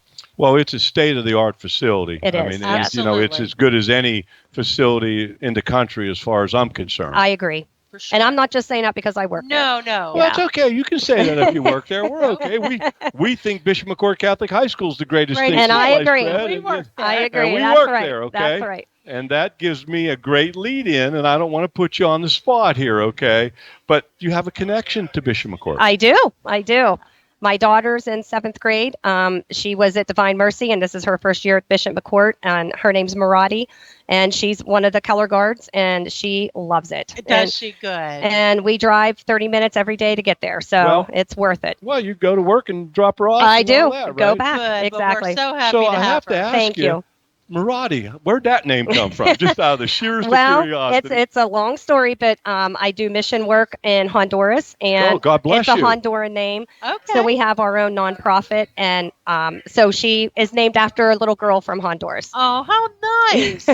Any final thoughts? Well, my final thought would be if we can encourage anybody to right now schedule, if you don't have your mammogram scheduled, Call. schedule your Absolutely. mammogram. And if they even call the center, we will direct them to the right person to talk to get scheduled.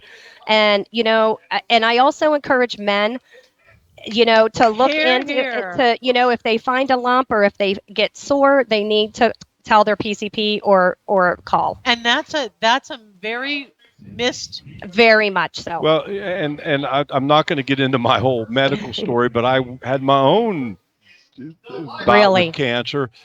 And the reason why I'm here talking to you now is because of early detection. Okay. Wonderful. Yeah. And that is just a critical part of the whole process, It is. it not? It is very important. Did you have genetic testing? No, I did not have that. Well, okay? Call me, Ralph. There you go. I'm worried about what my genetics might go. Okay. You might be sorry you're putting him in your gene Come pool. see me, Ralph. Kimberly Knapp, RN Clinical Research Manager at the Joyce Murtha Breast Care Center.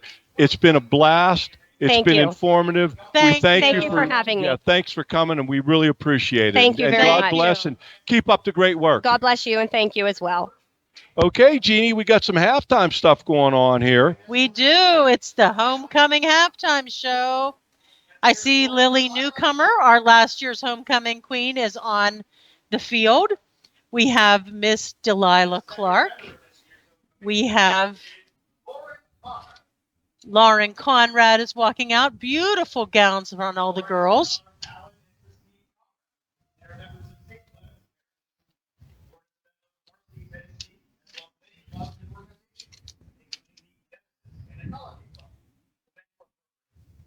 This is one of those moments that people just sort of wait for because Lord knows, nobody knows who's the homecoming queen. Molly Largent is the only person on this God-given earth that knows who's And the she queen. was not She's given not any giving it information up. out. No. Because I asked. Well, Jeannie, I'm trying to find my notes here. I've been having a heck of a time here. I got at papers halftime. all over the place, Ralph. Yeah, we got papers here, papers there, papers on the walls. And okay. I've been trying to get rid of the things I don't need, but Well, I got the names of the 5 girls that are on the homecoming court. Okay. We have Delilah Clark. We have Lauren Conrad. We have Gianna Gallucci, Angelina Kutzik, and Georgia Shiesta. Yep, and you can see that's Angelina that's going out there now. And a little shout out, you already mentioned it. Welcome back to Lily Newcomer, the reigning Bishop McCort homecoming queen. Oh, and you know what? I just lied. That was G. And Lily has the honor of crowning this year's homecoming queen. Lily is a freshman at Pitt, Maine University. Lily is majoring in pre-dentistry and is very active in several clubs and organizations, including the Pitt Leadership Academy, Women in Healthcare, Dental Science Club, and the Pitt Pantry. Welcome back, Lily. We are Crusher proud of you, and sure she's going to are. crown the queen here in just a little bit. And for our fans, we're going to get a chance in the third quarter to talk to the young lady who becomes the homecoming queen. 1974, Jeannie. Was that you, Ralph? Were you the Homecoming king? queen was Diane Walco, married to my best buddy Jeff Slatkoff, and I was the king. Oh boy, that La- made for a great homecoming. It was the dance, last Ralph. time I was king of anything, Jeannie. Angel Kutzik just entered the lineup. As I said, these gowns are beautiful, and the girls look lovely. As I said, this is the end of the homecoming week. Well, the dance tomorrow night, but boy, they had a great homecoming week. These girls worked really hard. They raised a lot of money for their cause, and really had the student body engaged and having fun. Well, we're waiting to see who the queen is going to be. We're at halftime right now as they announce the young ladies that are on the court. It's halftime. Your McCort Carroll Crushers are 24, the Bellefonte Red Raiders 0. There's 3 minutes and 27-26, and the clock is running down. And I think, Jeannie, to kind of condense it, we always talk about those 4 minutes, Yeah, okay, yeah. of this third quarter, and we're going to receive the football. And I just think that Coach Hornick and Coach Smith, they want to keep the pressure on. They want to put points on the board. They want to put Bellefonte away, and they want to get this win. Well, Georgia Shiasta was just brought on the field as her part of the court. Interesting. She was escorted by her brother RJ. They are twins, Well, and I that's thought pretty that cool. was the sweetest thing ever. That Yep. is real cool. I really like that. Yep. And we're going to hope that our buddy Sean Westner might have some key stats that we can. Sean always has something for us, Ralph. Okay, I feel like it's the moment we've all been waiting for.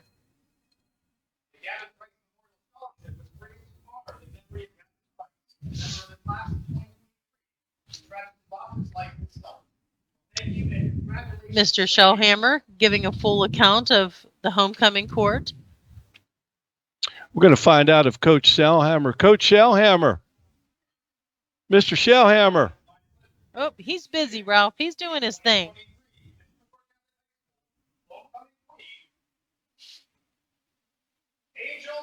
Angel Kutzik, 2023 homecoming queen. Angel Kutzik, Oh, congratulations. Good And job. for our fans, we're going to be talking to Angel here very, very shortly. She's going to be coming up here in the third quarter. And for our football fans out there, just bear with us. We just want to talk to this young lady and honor her a little bit and see how she feels about becoming the homecoming queen. You know what? She's. I believe she's also class president. That I don't know. I believe that to be true.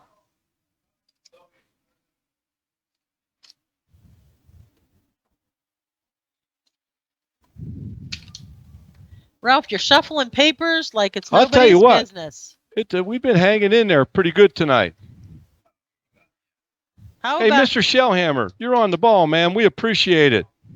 how about if I give you some updated scores, Ralph? Go ahead, Jeannie.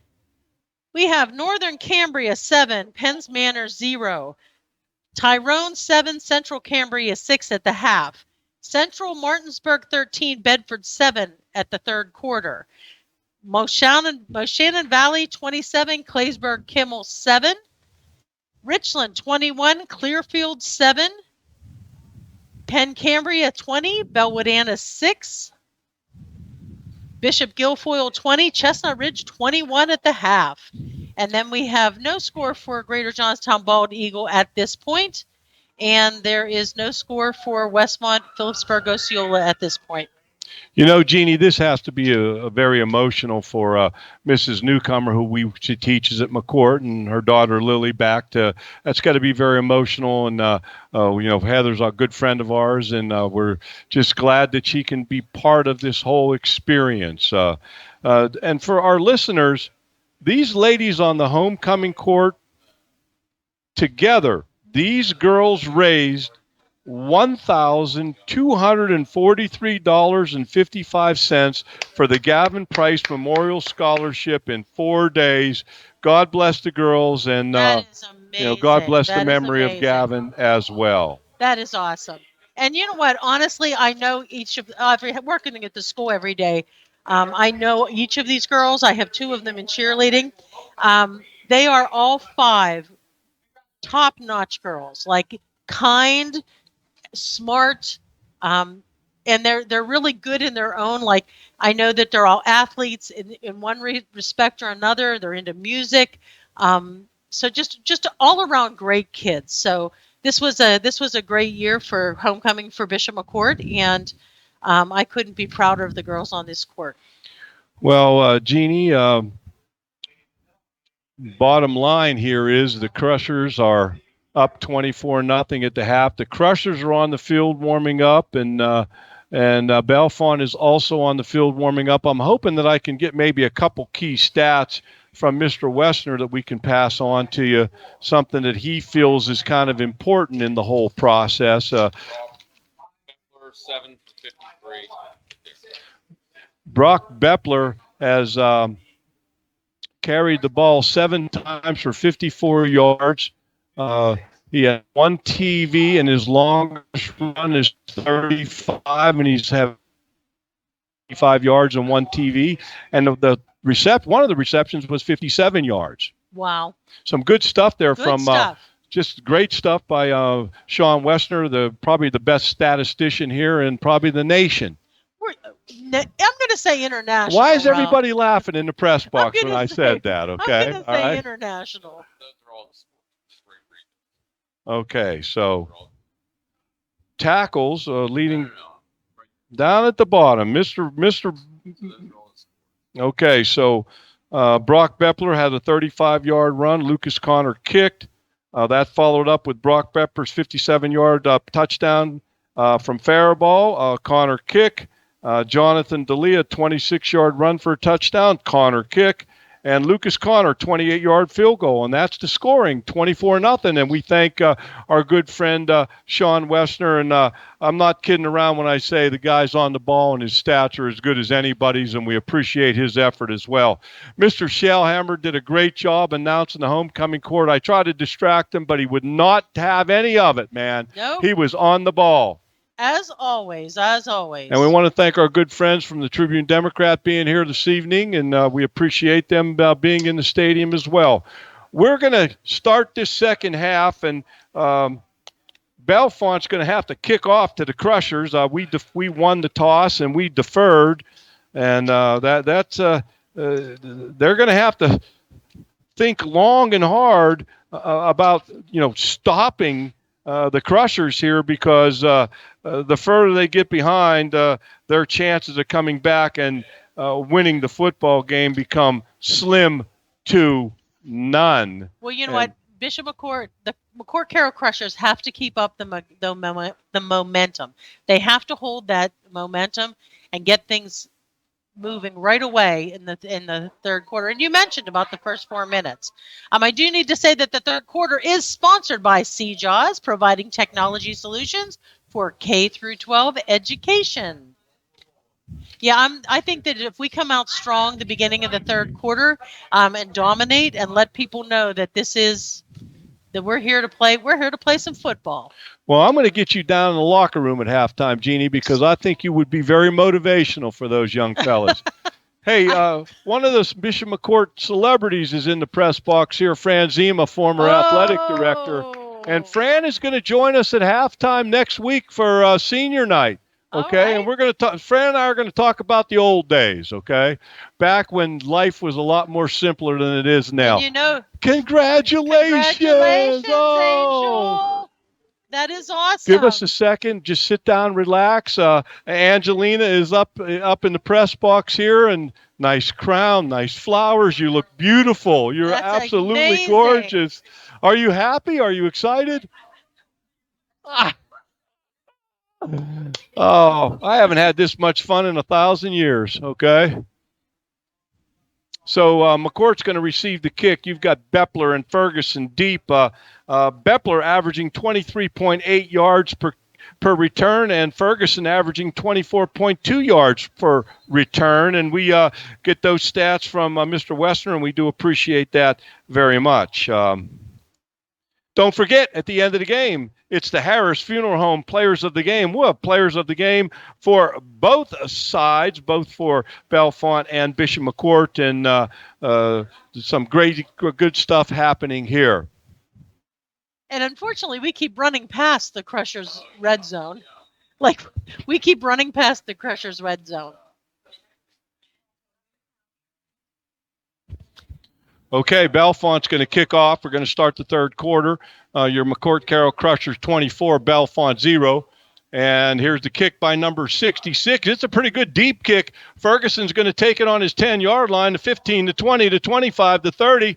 Ferguson is out over the 35-yard line. And football fans, we don't want to lose track of the football game, but we do want to talk to Angelina a little bit. So, Angelina, what you have to understand is that we'll probably go in and out from the game and all that stuff. Go ahead, turn. You're on. Good. She's Angelina, on. welcome She's to the good. press box. I'm here. Congratulations. Congratulations, Jeff. God bless you. Thank you. So if we lose the football game a little bit, you all are watching it as well, but we do want to talk to Angelina. It's 1st and 10, the ball on the 35-yard line. Crushers in the shotgun. They give it to Ferguson on the jet sweep going left, and Bellefonte having none of it. And so, that first down was sponsored by Corey Pelagi-Oberdorf with Remax Power Associates. Angelina Kutzik. Angelina is the daughter of Bridget and Gregory Kutzik. They are members of St. Benedict's Church, where Angelina is an altar server.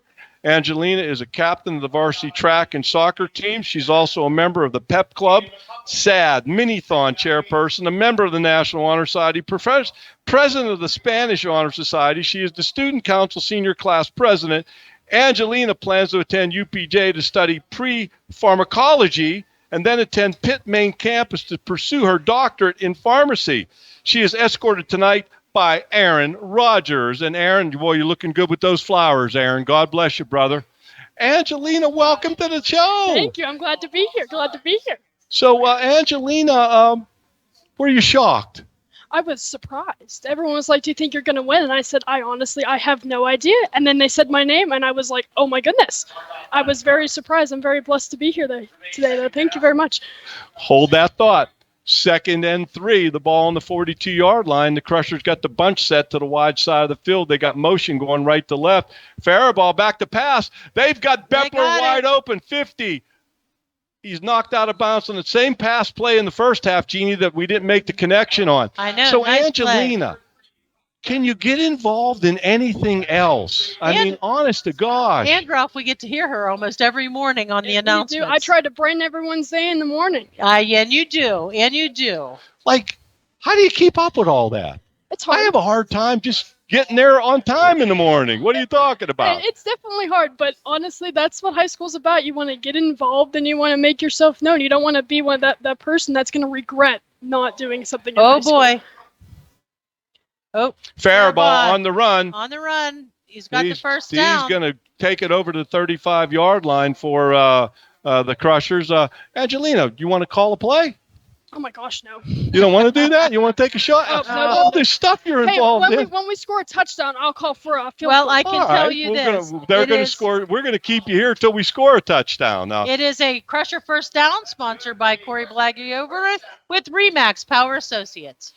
Angelina, and I don't want to sound, but you are going to go to UPJ to study pre-pharmacology. That is correct. What in the world is that? It's just the basics before you go into pharmacy. Okay. So it's just your prerequisites, just the pre-pharmacy. Beppler's on the run. Beppler across the 20. Spinning. Wow, you talk about finishing off the run. 15. Holy cow. He wasn't going to go down easy. The ball's on the 15-yard line, the Bellefonte 15-yard line. We are in the Crushers Red Zone, sponsored by the 5th Local Eatery and Ale House in Richland. And it's a Crusher first down, sponsored by Corey Pelagi-Oberdorf with Remax Power Associates. And we've been running through the red zone so much you didn't have a chance to announce that, okay? So we got 1st and 10, the ball on the 15. Angelina, what do you think? Run it, pass it.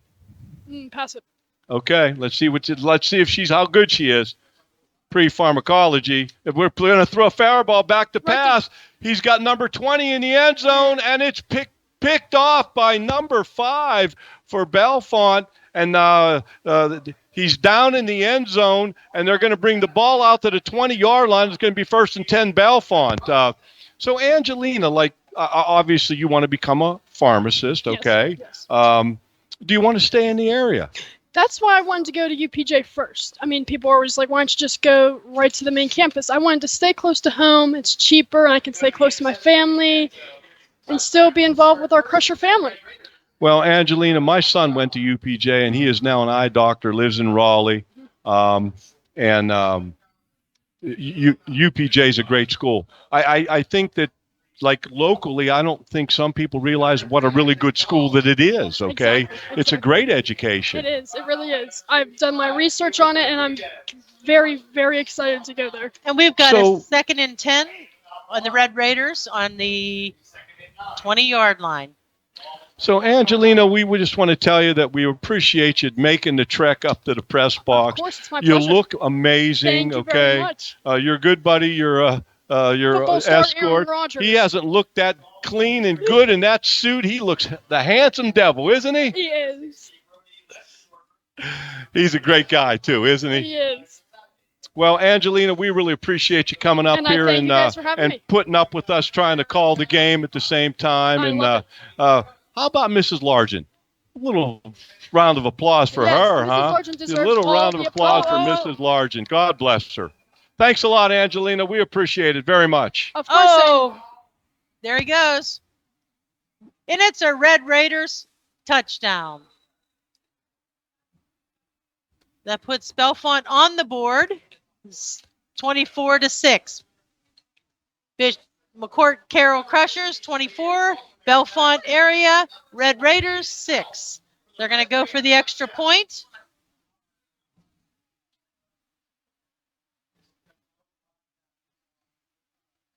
Well, Jeannie, while you're calling the game, I'm taking pictures. So the Red Raiders score, it's 24-6, 8 minutes and 33 seconds left in the third quarter, and that's not the turn of events that we wanted. Number 4 hauls in about an 80-yard pass. Landon LaGill, and the Red Raiders are on the scoreboard, and they're going for 2. They got number 15 running left, and I think he's going to come up short. Number 60 for the Crushers, Brody Lansendorfer, keeps them out of the end zone. I believe he's the guy that stopped the 2-point conversion against Westmont as well. Yes, so he it's is. Oh, now they're saying it's good. What? Yep, now they're saying it's good. You know, I don't know. 20, McCort Carroll Catholic 24, Bellefonte Red Raiders 8.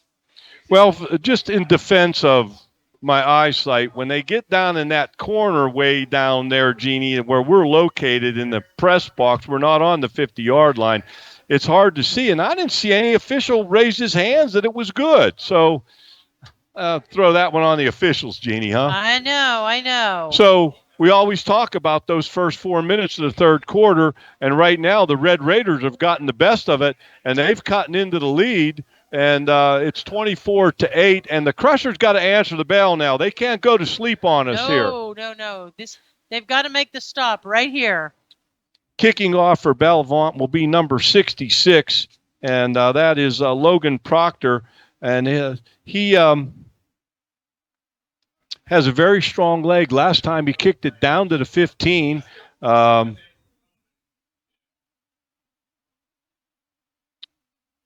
They're kicking from the middle of the field. Deep, you have Ferguson and Beppler.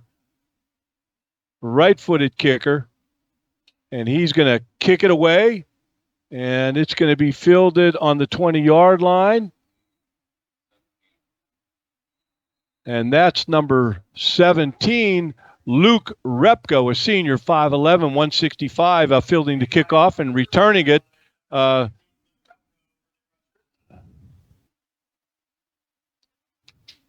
They're going to return it to the 32-yard line. It's going to be 1st and 10, for the Crushers at the 32-yard line. And our good buddy Sunshine Jill has arrived back in the box. We could have There used she your help is. there, Jill. You know, what are you getting French fries, hamburgers, what? Is it getting cold out there? There we go. Screen pass. We got something there. That was a first down. Sponsored by Corey Pelagi-Oberdorf with Remax Power Associates. They're not going to give them the first down there, Jeannie, I don't think. No, but we got a few yards for sure. 2nd down and 5. The ball on the Crusher 37-yard line. We're going to get refocused here. It was great talking to the homecoming queen. We really want to showcase as many of our students as we possibly can because that's why we exist. That's why we do what we do. Faribault back to pass. It looks like he's going to bring it down and run it. He's across the 50. And he gets a great block out there by number 8, Bentley Bainey, who just saw that he pulled it down, was running. He just turned around and put a block on him. And now that's big. Crusher's got to go down and get a score here, Gina. We can't let the Red Raiders believe that they're in this football game. We just can't let that It's another happen. Crusher first down. Sponsored by Corey Pelagi-Oberdorf with Remax Power Associates. Getting the play from the sidelines. Players looking at their wristband. 7 minutes and 43 seconds on the clock. The clock will start when the ball was snapped. Faribault was driven out of bounds. And give it to number 4, Jonathan D'Elia, in motion going right to left on the jet sweep. We pick up maybe a yard. It's going to bring 2nd down and 9. And the ball is going to rest on the 49-yard line of the Bellefonte Raiders.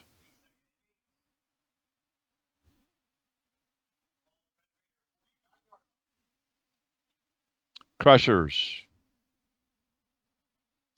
in the shotgun, sidecar right. 2 receivers to the short side, 1 to the wide side. We got one-on-one coverage out here on Gallucci. Oh, I saw it. Somebody jumped. I believe Bellefonte jumped off sides. It's going to take it to 2nd and 3, the ball on the 49. Keep an eye on this, the receiver to the wide side of the field. That's number 12, Gallucci, and he's being covered by your buddy Jaden Gabrowczyk. I'm getting it down, Jeannie. I'm getting it down. I'm getting there. That's him. We got trips to the wide side of the field. Faribault in the shotgun. We got single coverage now to the short side of the field. In motion, left to right.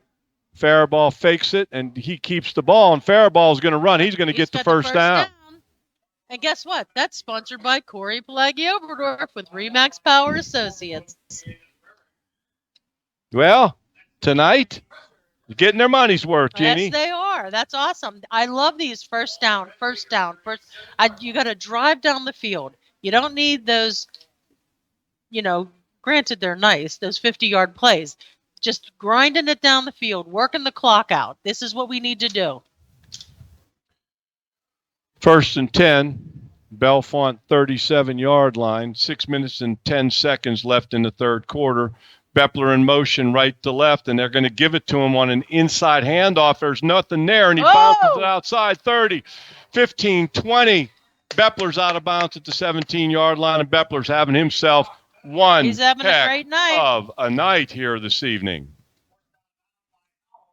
He saw all those blockers, moved to his left, and there he went. Howl for Bellefonte, knocks him out of bounds. Coming into the game, Beppler was the second leading rusher with 231 yards on 49 carries. Faribault is the leading rusher with 76 carries and 457 yards. Beppler, the leading receiver, with 117 yards receiving. The handoff to number 4, Jonathan D'Elia. He goes left, he cuts it back right, and the ball's now in the middle of the field on the 15-yard line. 2nd down and 15. I'll tell you what, Jeannie. Sunshine Jill, she hit the weather right on the button tonight, did she not? She's on the ball, that girl. Second down and 7. The ball on the 15-yard line. The Crushers got to make some hay here. We need to put this ball in the end zone. We gotta answer the bell for Bellefonte's touchdown. The touchdown pass that they threw, an 80-yard touchdown pass play. Shotgun 75, says Mr. Wessner. Well, I am corrected. Faribault keeps it running left, and he's down to the 13-yard line.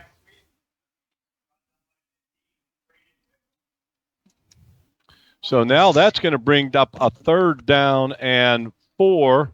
The ball resting on the Red Raider 12-yard line, left hash. That hash is closest to our sidelines. We're not in the huddle. Obviously looking to the wristbands here. 4 minutes and 39, 4 minutes and 38, 4:37, 4:36. They've been Third down and 4. They've been responding well to this no huddle offense. I'm going to hand it off to Beppler, and he is going to come up short. Tough decision here for Coach Smith. Do you kick a field goal or you try to pick up this first down and put it in there? They're sending the field goal team onto the field, and our good friend Lucas Connor, number 26, he is now 3 for 6 on field goals on the season, and this is going to be a 27-yarder from the left hash. And according to my chart, this was the correct move. I'm with you. Jeannie's got her 2-point chart here, and she's saying, yeah, kick the football. Kick the football. Take the points. Get those points on the board. Hildebrand, the snapper. Kutschkel, the holder. Snap, hold, kick. And he puts it through again. He's now 4 for 7 on field goals for the season. Nice job. Wow, that's amazing. He's having himself a real quality year. And the Crushers extend the lead to 27-8. They're now up by 19 with 3 minutes and 37 seconds left in the quarter. And I got to give the McCort coaches a lot of credit. Some high school coaches will not give field goal and kickers a chance to do that, but they've given him a chance, and he's come through. He is now 4 for 7, and 2 of his misses were well beyond, they were beyond 45 yards, but he's going to hit one of them before it's all said and done, Jeannie. I'm going to tell you that right now. Oh, yeah. While we're waiting for the kickoff, let's not forget about the campus ministry and the theology department, the 4 B's: belonging, becoming, believing, and beyonding. And we also have a campus ministry club, Faith First Club, and shout out to the very active members of the club, Michelle Rivetti, Father Crookston, Chris Schumacher, Dylan Dorian, Nicole Fratrich, Morgan Casto, Mike Bako, and Tim Hornick. And they're the active members now, but we believe everybody at our school is part of the 4 B's and part of the campus ministry team. Connor kicks it off, and it's going to be fielded on the 10-yard line by number 17, Braden Bickle, and he goes right and cuts back left and brings it out to the 24-yard line. Belonging, becoming, believing, beyonding. That's what we're at, what we're about at Bishop McCort. We love each other. We care for each other. Whether you're with us or you've passed on as an alumni, we love you, and we appreciate your support of Bishop McCort and, of course, our McCort Carroll Crushers football team. 1st and 10 on the 28. Bishop McCort 27, Bellefonte 8.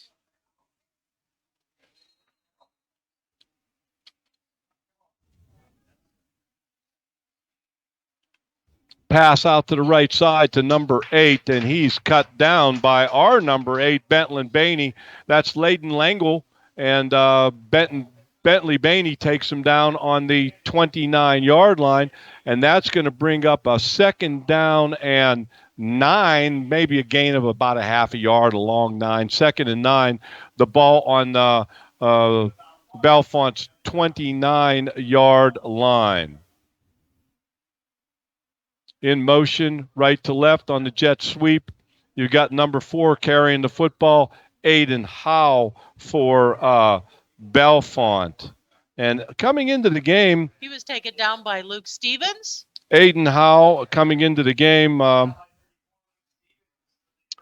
had a handful of rushers. He doesn't show up on the rushing chart. He's getting a chance to carry the football, and that's good stuff for him and Bellefonte. The Crushers in their conventional 3-3-5 stack. You're going to see them move corners and linebackers up on the line of scrimmage to create blocking problems for offensive lines. Bellefonte's got trips to the right, a little fake, and he's going to heave it deep. Ooh, Oh, really? boy, he had number 8 wide open, Leighton Langle, and no doing. Way overshot. Yeah, threw it too far. He had a step on our cornerback over there. I believe that is number 8, playing corner Bentley Bainey, who does have an interception this game. He now has 5. That's going to force Bellefonte to punt the football 4th and 7 on their 31. And Bainey is going to go back deep. He's averaging 8 yards per punt return this season. Right-footed punter number 17 for Bellefonte. That's Braden Bickle. Little kind of a high end-over-end kick, and Johnny on the spot for Bellefonte is number 34, Nathan Benner, bringing Bainey down in his tracks. He didn't even get a chance to get moving. And the Crusher offense back on the field with 1 minute and 57 seconds left in the third quarter. They're going to have 1st and 10 from the right hash on their 47-yard line.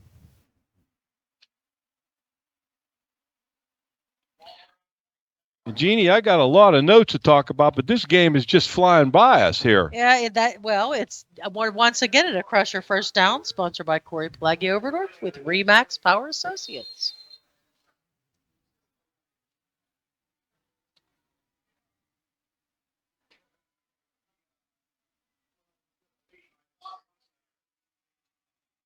Oh boy, hand off to Beppler up the guts.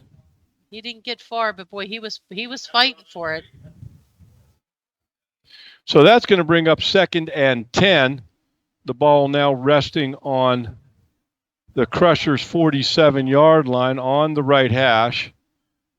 The game clock is at 1 minute and 32. It's running, and the play clock is at 22, 21, 20. Faraball is in the shotgun, 3 receivers to the wide side, 2 to the short side.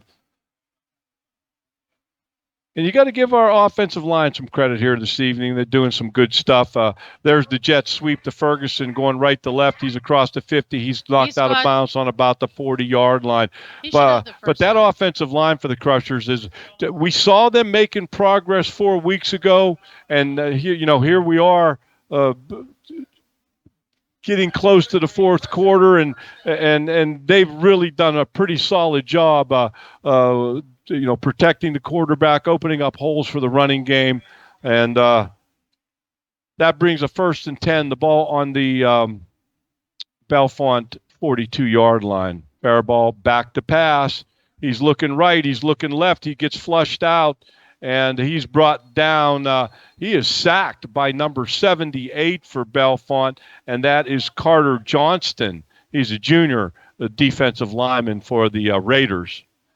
48 seconds on the game clock. The Crushers are going to have to snap it at least one more time in this quarter. It's going to bring up a 2nd down and 10, the ball on the 42-yard line of the Raiders. Faraball back to pass. Beppler's a sidecar to the right. Got single coverage on the short side of the field. Man-to-man on that short side. Stevens in little short motion sets him up to block better. Beppler, he's at the 30. Beppler's at the 20. Beppler's at the 10. And Beppler's knocked out of bounds at the 4-yard line. You got it. Luke Stevens did a little bit of short motion from right to left, and he was right where that play was going, and he led Beppler up through there. He did a great job on a block on the linebacker, and Beppler having himself a night tonight. There's no doubt about that. We are in the Crushers Red Zone, sponsored by the 5th Local Eatery and Ale House in Richland. It is a Crusher first down by Corey Pelagi Overdorf with Remax The Power clock Associates. will, because he was out of bounds, the clock will start when the ball is snapped. 7 seconds left in the third quarter. 1st and goal from the 4. And you hand it off to number 4, He's over. Jonathan D'Elia, and D'Elia's going to got take it in, and that's going to make it 34-8, and the quarter is over, but we will kick the extra point on this end of the field. It's an untimed down. They're not going to go all the way down to the other side, but I do believe with the exchange of quarters, we will switch and kick off going Yes. right to left. I believe you're right. And extra point, we got Connor, 26. The snapper is Hildebrand. The holder is Kutschkel. And you got to give that snapper and holder a lot of credit. They're part of the whole mechanism here to help Connor to be the best kicker he can be. Good protection also on that extra point and field goal team by the other nine. Oh boy. That's not, I don't believe that will count as an attempt. That's going to count as a fumble and recovered. So I believe that Connor, and I could be wrong on that one, but there was no attempt made. I think he'll stay at 12-12 for extra points. Yeah. And now it's the fourth quarter. And Jeannie, speaking of special teams, I know that that actually is our first bad snap of the season, I think, on extra point. I But believe it is. go ahead, Jeannie. Then I got something I want to throw in there. Fourth quarter is sponsored by Shore Construction. Call on Shore for all your construction needs. Well, Jeannie, against every game, Coach Santoro gives out cheeseburgers. I don't know if he cooks them at his house. I don't know what the deal is. But if you do well on special teams, you're going to get a cheeseburger.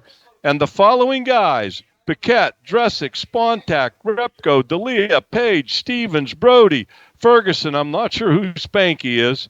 I'm not sure of that one. Bepler, Dressick, Hildebrand, Rodriguez, Ultras, D'Elia, Fetzko, Zazadny, Zernick, Stevens, Steigers, Kutzel, and Connor.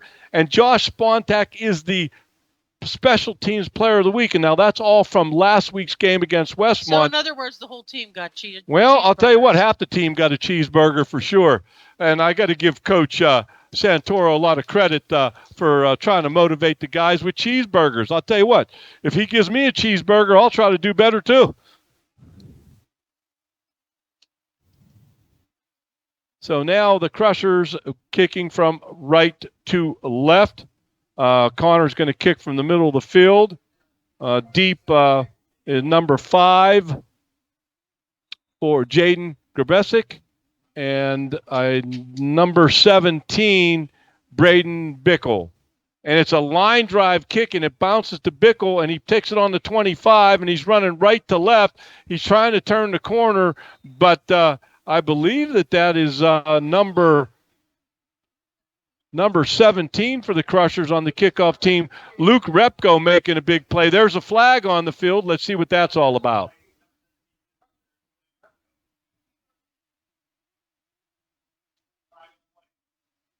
(33-8).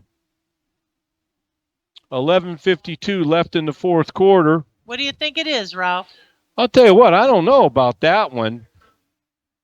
I'm just wondering if maybe Bellefonte got caught with a hold.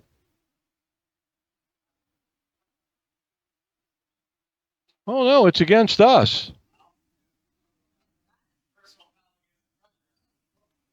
Oh, personal We got foul. a personal foul. You know, we were going through the whole game with no personal foul, right? And here we get one. Those personal fouls can haunt you. That just disappoints me. I'd like to know exactly what happened there, though, to be honest with you. So now Bellefonte's going to get the ball 1st and 10 on their own 47-yard line on the left hash. They've got one-on-one coverage over here. Their receiver, Jaden Grabesic, against number 8, Bentley Bainey. And they're going to run the football going from right to left, and the Crushers are having none of that. There's so many guys on that play, I'm not sure. Just name all the numbers. Trying to look to see who's coming up. That might be Luke Stevens on the bottom of that pile. Give everybody a cheeseburger.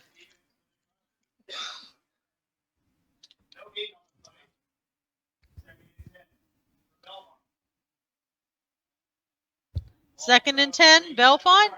11 minutes and 22 seconds left in the fourth quarter.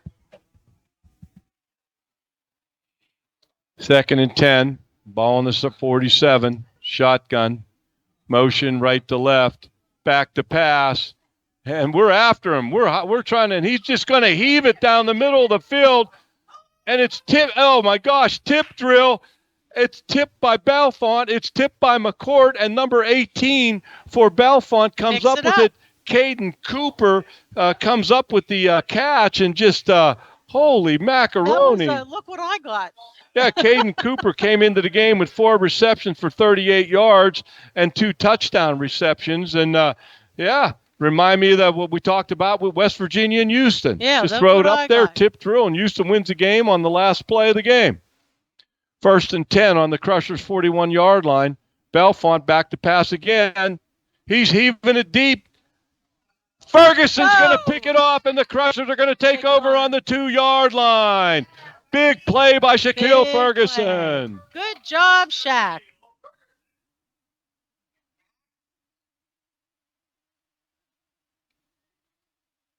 That's awesome. That was great because it kept the scoring play down. Well, and here's the bottom line. 10 minutes and 30 seconds left in the game. 33-8. Your McCort Carroll Crushers are in the lead, taking over on their own 2-yard line. Nothing foolish here. Hang on to the football. Knock out a first down, okay? Move the football. Take time off the clock. The clock is now Bellefonte's enemy, and it's our ally. Run the clock. Let's get out of here with this win. Oh, and it's a timeout. You know what that means, Ralph? It's another exciting season of high school football. And the McCort Carroll Crushers are ready to roll. McEnany Brothers is proud to support the Crushers in their long-standing sports tradition. Show everyone that pride, loyalty, and tradition is the Crusher way. Good luck to the players, coaches, and all of McCort Carroll football from McEnany Brothers. Go Crushers from your friends at McEnany Brothers.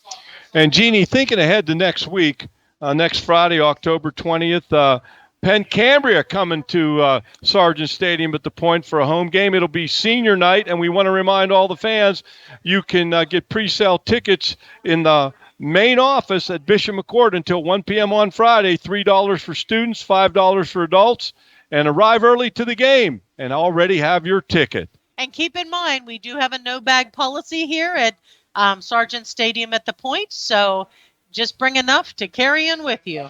Yeah, no bags or balls brought into the stadium. Small clutch purses are acceptable, and we're wanding people, and it's all about safety. It's all about being as safe as we possibly can, and we want to keep everyone safe, and that's why those policies are in place. And you're seeing those policies happen all over the nation, not just in Johnstown, PA. 1st and 10 in the 4th quarter. Sponsored by Don and Aaron Colbin, Remax Power Associates. Jonathan Aaliyah doesn't get much on that.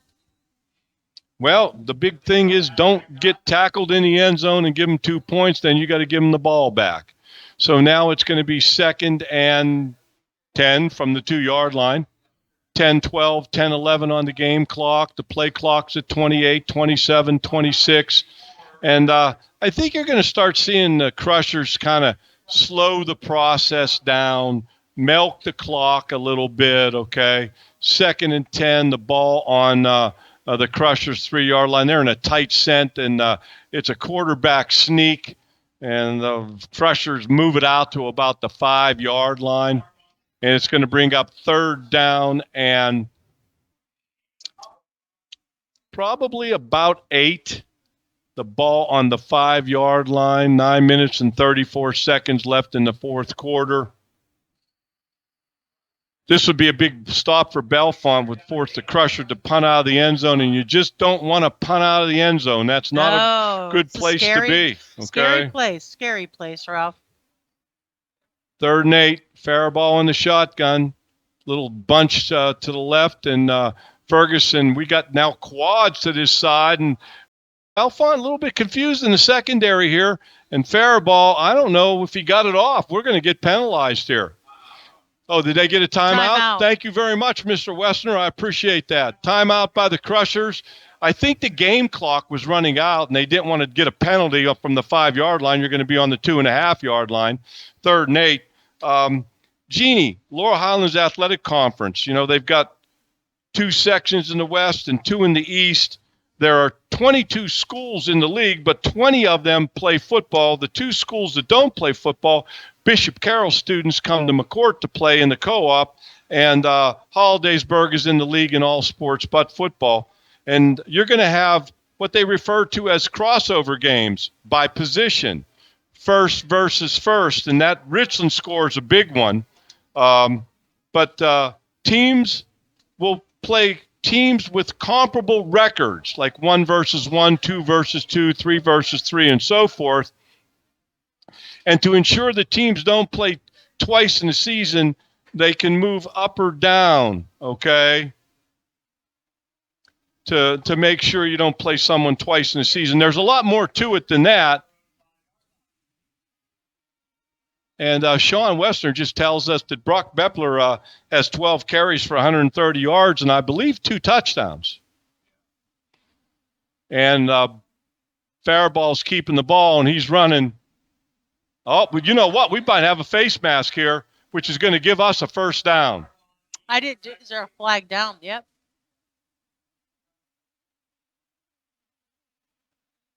Let me update you on some scores here, Ralph.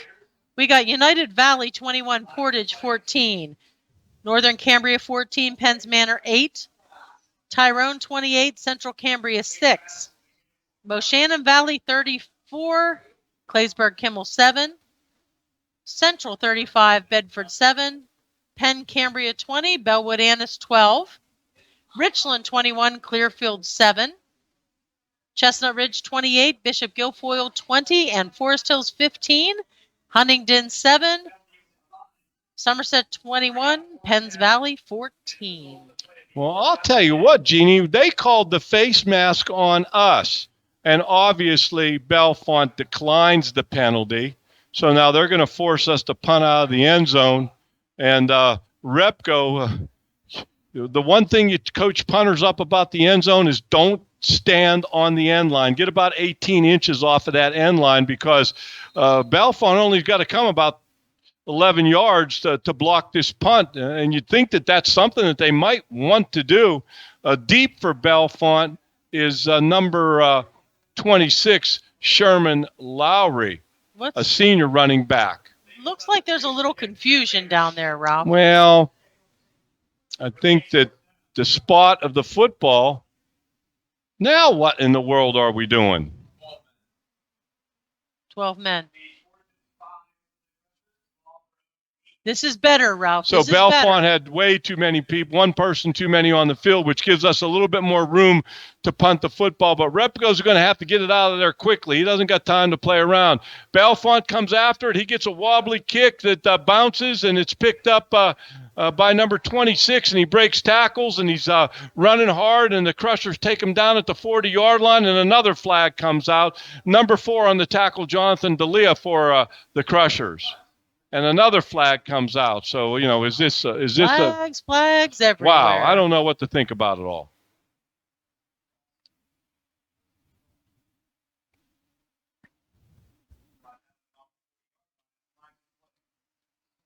Waiting to see what those flags are, Ralph.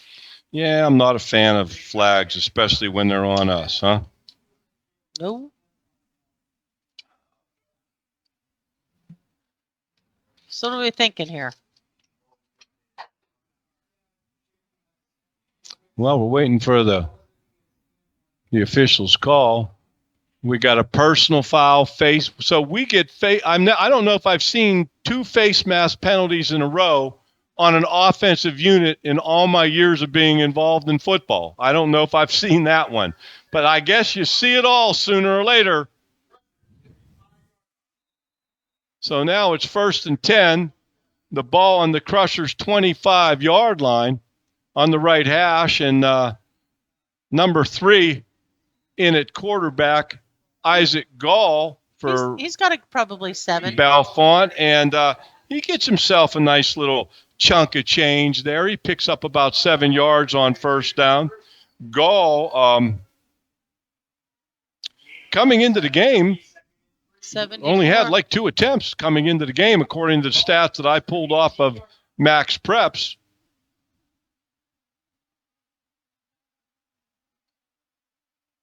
in the shotgun, motion right to left. And number 3, Isaac Gall keeps it, but the Crushers are having none of that. Number 34, Luke Stevens leading the way for the Crushers. That's going to bring up a 3rd and 3 from the Crushers' 18-yard line. 7:32, 7:31 on the clock. Game clock at, play clock at 28, 27, 26.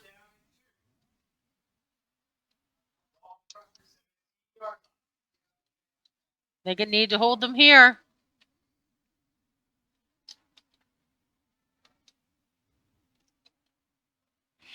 In the shotgun, there's the snap. Yep. There's the handoff right up the guts. He's got a Number first down. 75, Zazadny on the tackle.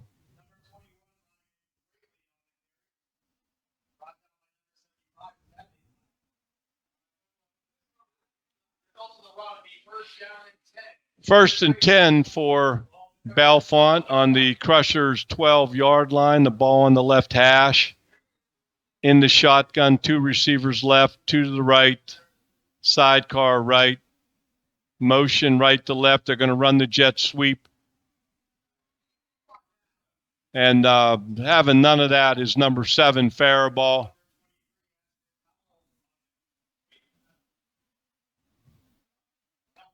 Okay, guys, stop them here. Second down and 8. The ball on the Crushers' 10-yard line. The McCort Carroll Crushers up 33-8. And we're going to have the Harris Funeral Home Players of the Game. And I think that some of you can probably guess who that might be for the Crushers. A little counterplay going right to left to number 24.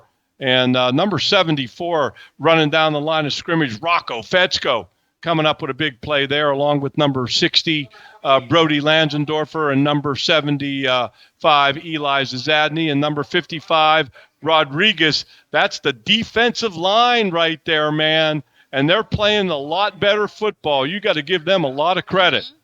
They've done a great job of holding this, helping hold this Bellefonte offense down during this course of this game. 3rd and 6, the ball on the 8-yard line. They can get a first down on the 2. Back to pass is number 3. Throws it to the end zone. Caught by number 28 for a touchdown, and there's a flag on the play, and I believe that we're going to have personal foul against number 24 for the Crushers. Josh Spontak throwing the quarterback to the ground, roughing the passer after the ball had been released. And, I just don't like to see those things, okay? 33 now to 14, and you got to believe that Bellefonte is going to, they're going to accept the touchdown, obviously. And I believe that they're going to possibly put the penalty on the kickoff. I'm not sure about that one. So now they're going for 2. It's 33-14. In the gun, handoff on the jet sweep going right to left. And in on the tackle there is number 24 for the Crushers, and that's Josh Spontak. And Jeannie, Yes. I'm going to pull out a stat. While we are in a situation where we're going to get into, we're going to return this kickoff. It's 33-14. Jeannie, it's Friday, October the 13th. You with me? I'm with you. And I think I can go out on a limb now, and I can say this. The last time the McCort Carroll Crushers won 3 football games in a row was in 2019. We beat Forest Hills 31-15, beat Johnstown 42-3, and beat Penn Cambria 49-22. And it's not the Friday the 13th jinx. We're getting it done on Friday the 13th. Yes, and I we got to are. thank John DeFazio. He looked this stat up for me. We talked about it this He week. is the stats man. And we didn't want to talk about it till, I think we're safe to say that we're going to probably win this game and win 3 in a row. And many thanks to John DeFazio for that information. I hope so, Ralph. I don't say until it's over. Now, it's not over till it's over. I hope I wasn't premature on that one, but I want to thank John. By the way, folks, District 6 official football rankings. By the way, before we get to that, you've got to think that Bellefonte, they took the penalty, and they're going to kick off from the personal foul that occurred on the touchdown. They're going to kick from their 45. We got the good hands team out there, as I like to refer to them as the all-state team. You're in good hands with All-State. And we've got 10 guys from the 25-yard line to the 35-yard line. We've got Ferguson. Not sure why he's in the end zone, because if he fields it there, it's automatically dead in high school football.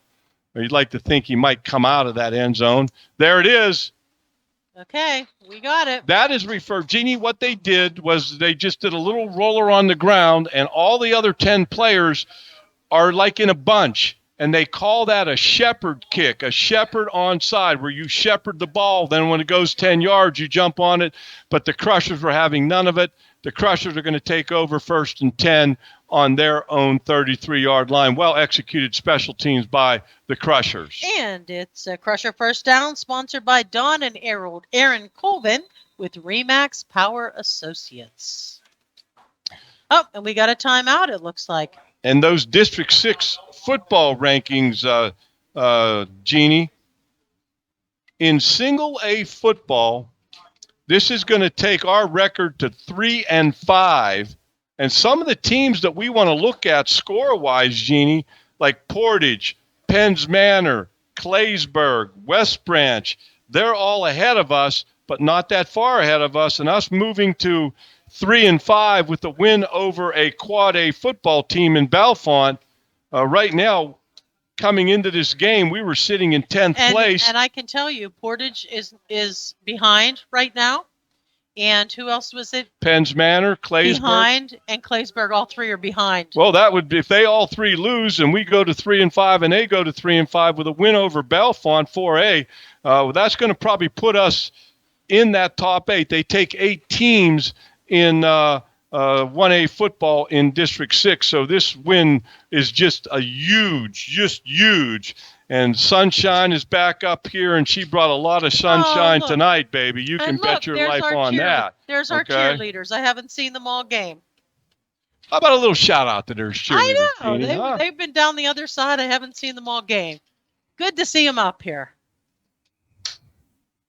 Coach File, Mr. File's up here. He's keeping tabs on us, Jeannie. Keeping an eye on us. I hope they saved us some pizza, Jeannie. Well, you know, Ralph, we're the last to eat. Whatever happened to those commercial breaks? Oh, that's right. We do them. Coach Price, he's digging in the soda. He's eating the pizza. Save us some there, Coach. Hey, in girls volleyball, our girls volleyball team is 4-11, sitting in 11th place. They take 12 teams, and these last remaining games just become huge as far as getting in the playoffs, because I think they're good enough to make a little bit of noise in that volleyball playoffs. Jeannie, what do you think? I say go Crusher girls.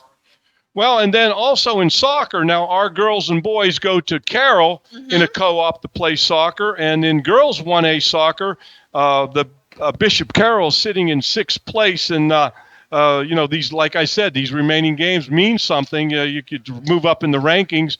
And the boys at Bishop Carroll are also in 6th place. And so we'll see how that shakes out in the next coming weeks with these final games remaining. 5:07 left in this game. McCort Carroll 33, Bellefonte 14. All right, Jeannie. I'd have to think that Coach Hornick's going to take his time here a little bit, run that play clock, which is going to run the game clock. Now, it's not going to play. There it is. I think we got somebody new in a quarterback there. We'll try to catch that number. Gallucci's in a quarterback, and he ran the little quarterback sneak out of the shotgun. And I think, the game clock, 32, 31, 30, Coach Hornick's going to run that clock. He's going to take his time. He's actually got us huddling up now, which, helps us to take our time, not be in a rush. The clock is the enemy of Bellefonte now. the clock is our ally. We want to run it out and get this third win and get ready for senior night next week against Penn Cambria. Our halftime guest next week will be a good friend of ours, longtime athletic director at Bishop McCort, Fran Zima, will be our halftime guest next week on senior night. That was a run by Marquise Gordon. Yep. Looks like we have a couple of our secondary players in now, Ralph, and I love to see those young guys. You got to give Coach Smith a lot of credit. He's given some younger guys an opportunity to get on the field. The Bellefonte Red Raiders are going to go to 0-8. The Crushers are going to go. The McCort Carroll Crushers are going to go to 3-5, and I want to see how the standings play out whenever I take a look at them this weekend. One thing I do have to say, Jeannie, after this snap. Take your time, Coach Hornick. There's no rush here, buddy. Run this clock out and let's get this win. There's the snap. Gallucci's running right, running hard, picks up a couple of yards.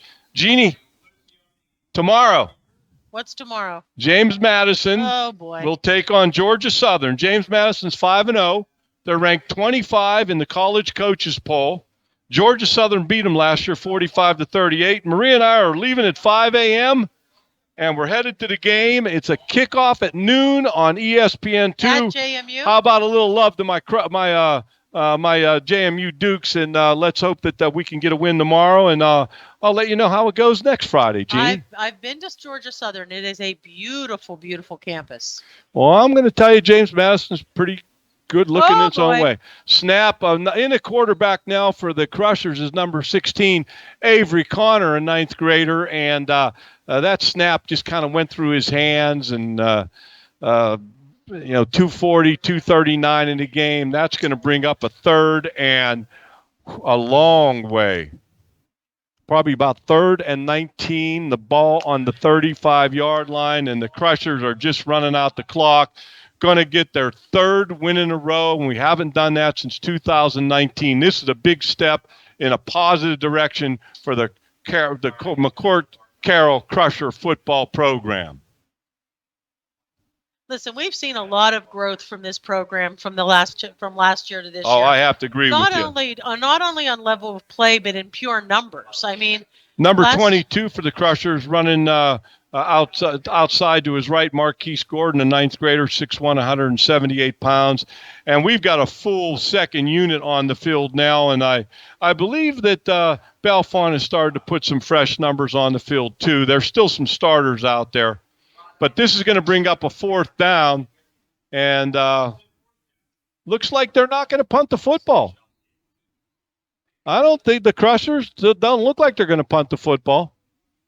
Now, Bellefonte's going to take a timeout because they thought for sure we were going to punt the football, and they ran a whole new unit on the field. And I'm not a fan of a lot of substitutions in that situation. Keep your defense out there, and just created some confusion for them. Got to do a little bit better job with organization as far as that's concerned for Bellefonte. And I'll take this time, Jeannie, we do want to wish Bellefonte the very best in these last 2 games. I know they're scrapping and fighting and the best they can, and we wish them well also. Absolutely, absolutely. They played a hard game. Here come the McCort Carroll Crushers out on the field, ready to go. And it does look like they're going to punt. The Harris Funeral Home players of the game. We will announce them once the football game is over. And now it looks like the second punt team is on the field. Punting the ball is number 13 for the Crushers, and that's Cole Wyant. And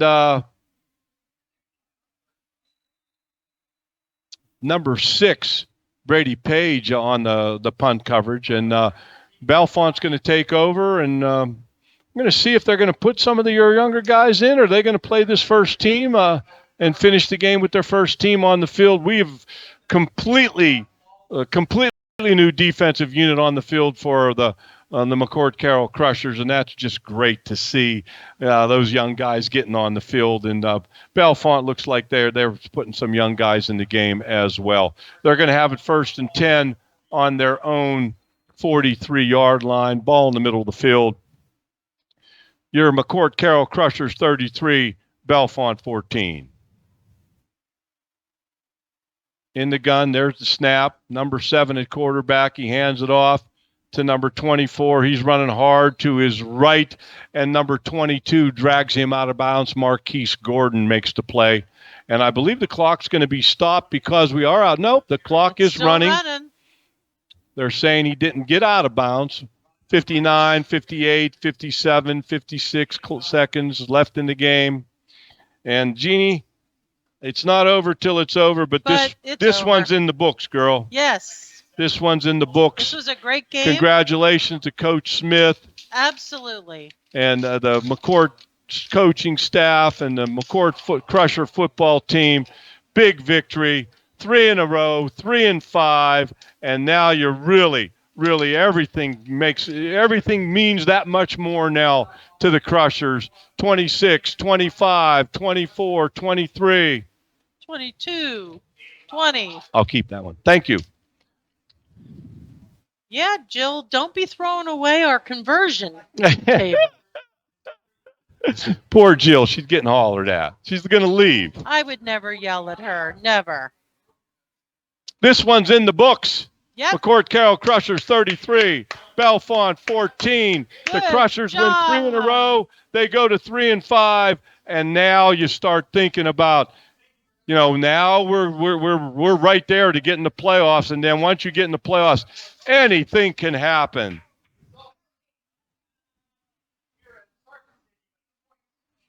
Well, Ralph, it's time. It's time for the Harris Funeral Home players. Well, of the game. I think there's no question. It's got to be Brock Bepler. I mean, he had himself just a great football game. All around. Okay. I don't know if Mr. Wessner can get me his final stats. And I think that defensively, Zazadny had another great football game. Him and Lasendorfer. Yeah, and yeah, both he and Lasendorfer. I think those have to be your Harris Funeral Home players of the game.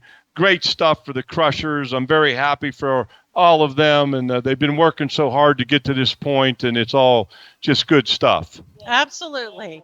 Well, Ralph, another one in the Bepler books. had 12 carries for 130 yards and 3 touchdowns, 3 catches for 74 yards. And he just keeps spouting off the stats. I love it. He's on the ball, man. I think we should start a new segment, Jeannie, where we bring him on and put a headset on him and let him give those stats out. I think he just likes yelling them out. I Ralph. think we'll have to, like we have Sunshine Jill, now we're going to have Statman Wessner. Sure. And he doesn't like that idea at all. Not a fan. And He's not Mike a fan. Shellhammer, the voice of the Crushers, we thank him for what great job of pulling that halftime show off and making it happen. And God bless you all. Jeannie, any Great final game. thoughts? Not a final thought. I think that we played a tough game, a really good game. We're headed into next week, which is going to be a really tough contest against Penn Cambria. But I think we've got some momentum to give them a run for their money. I think we've gained a lot of confidence over the last 3 games, and I think we're ready to go.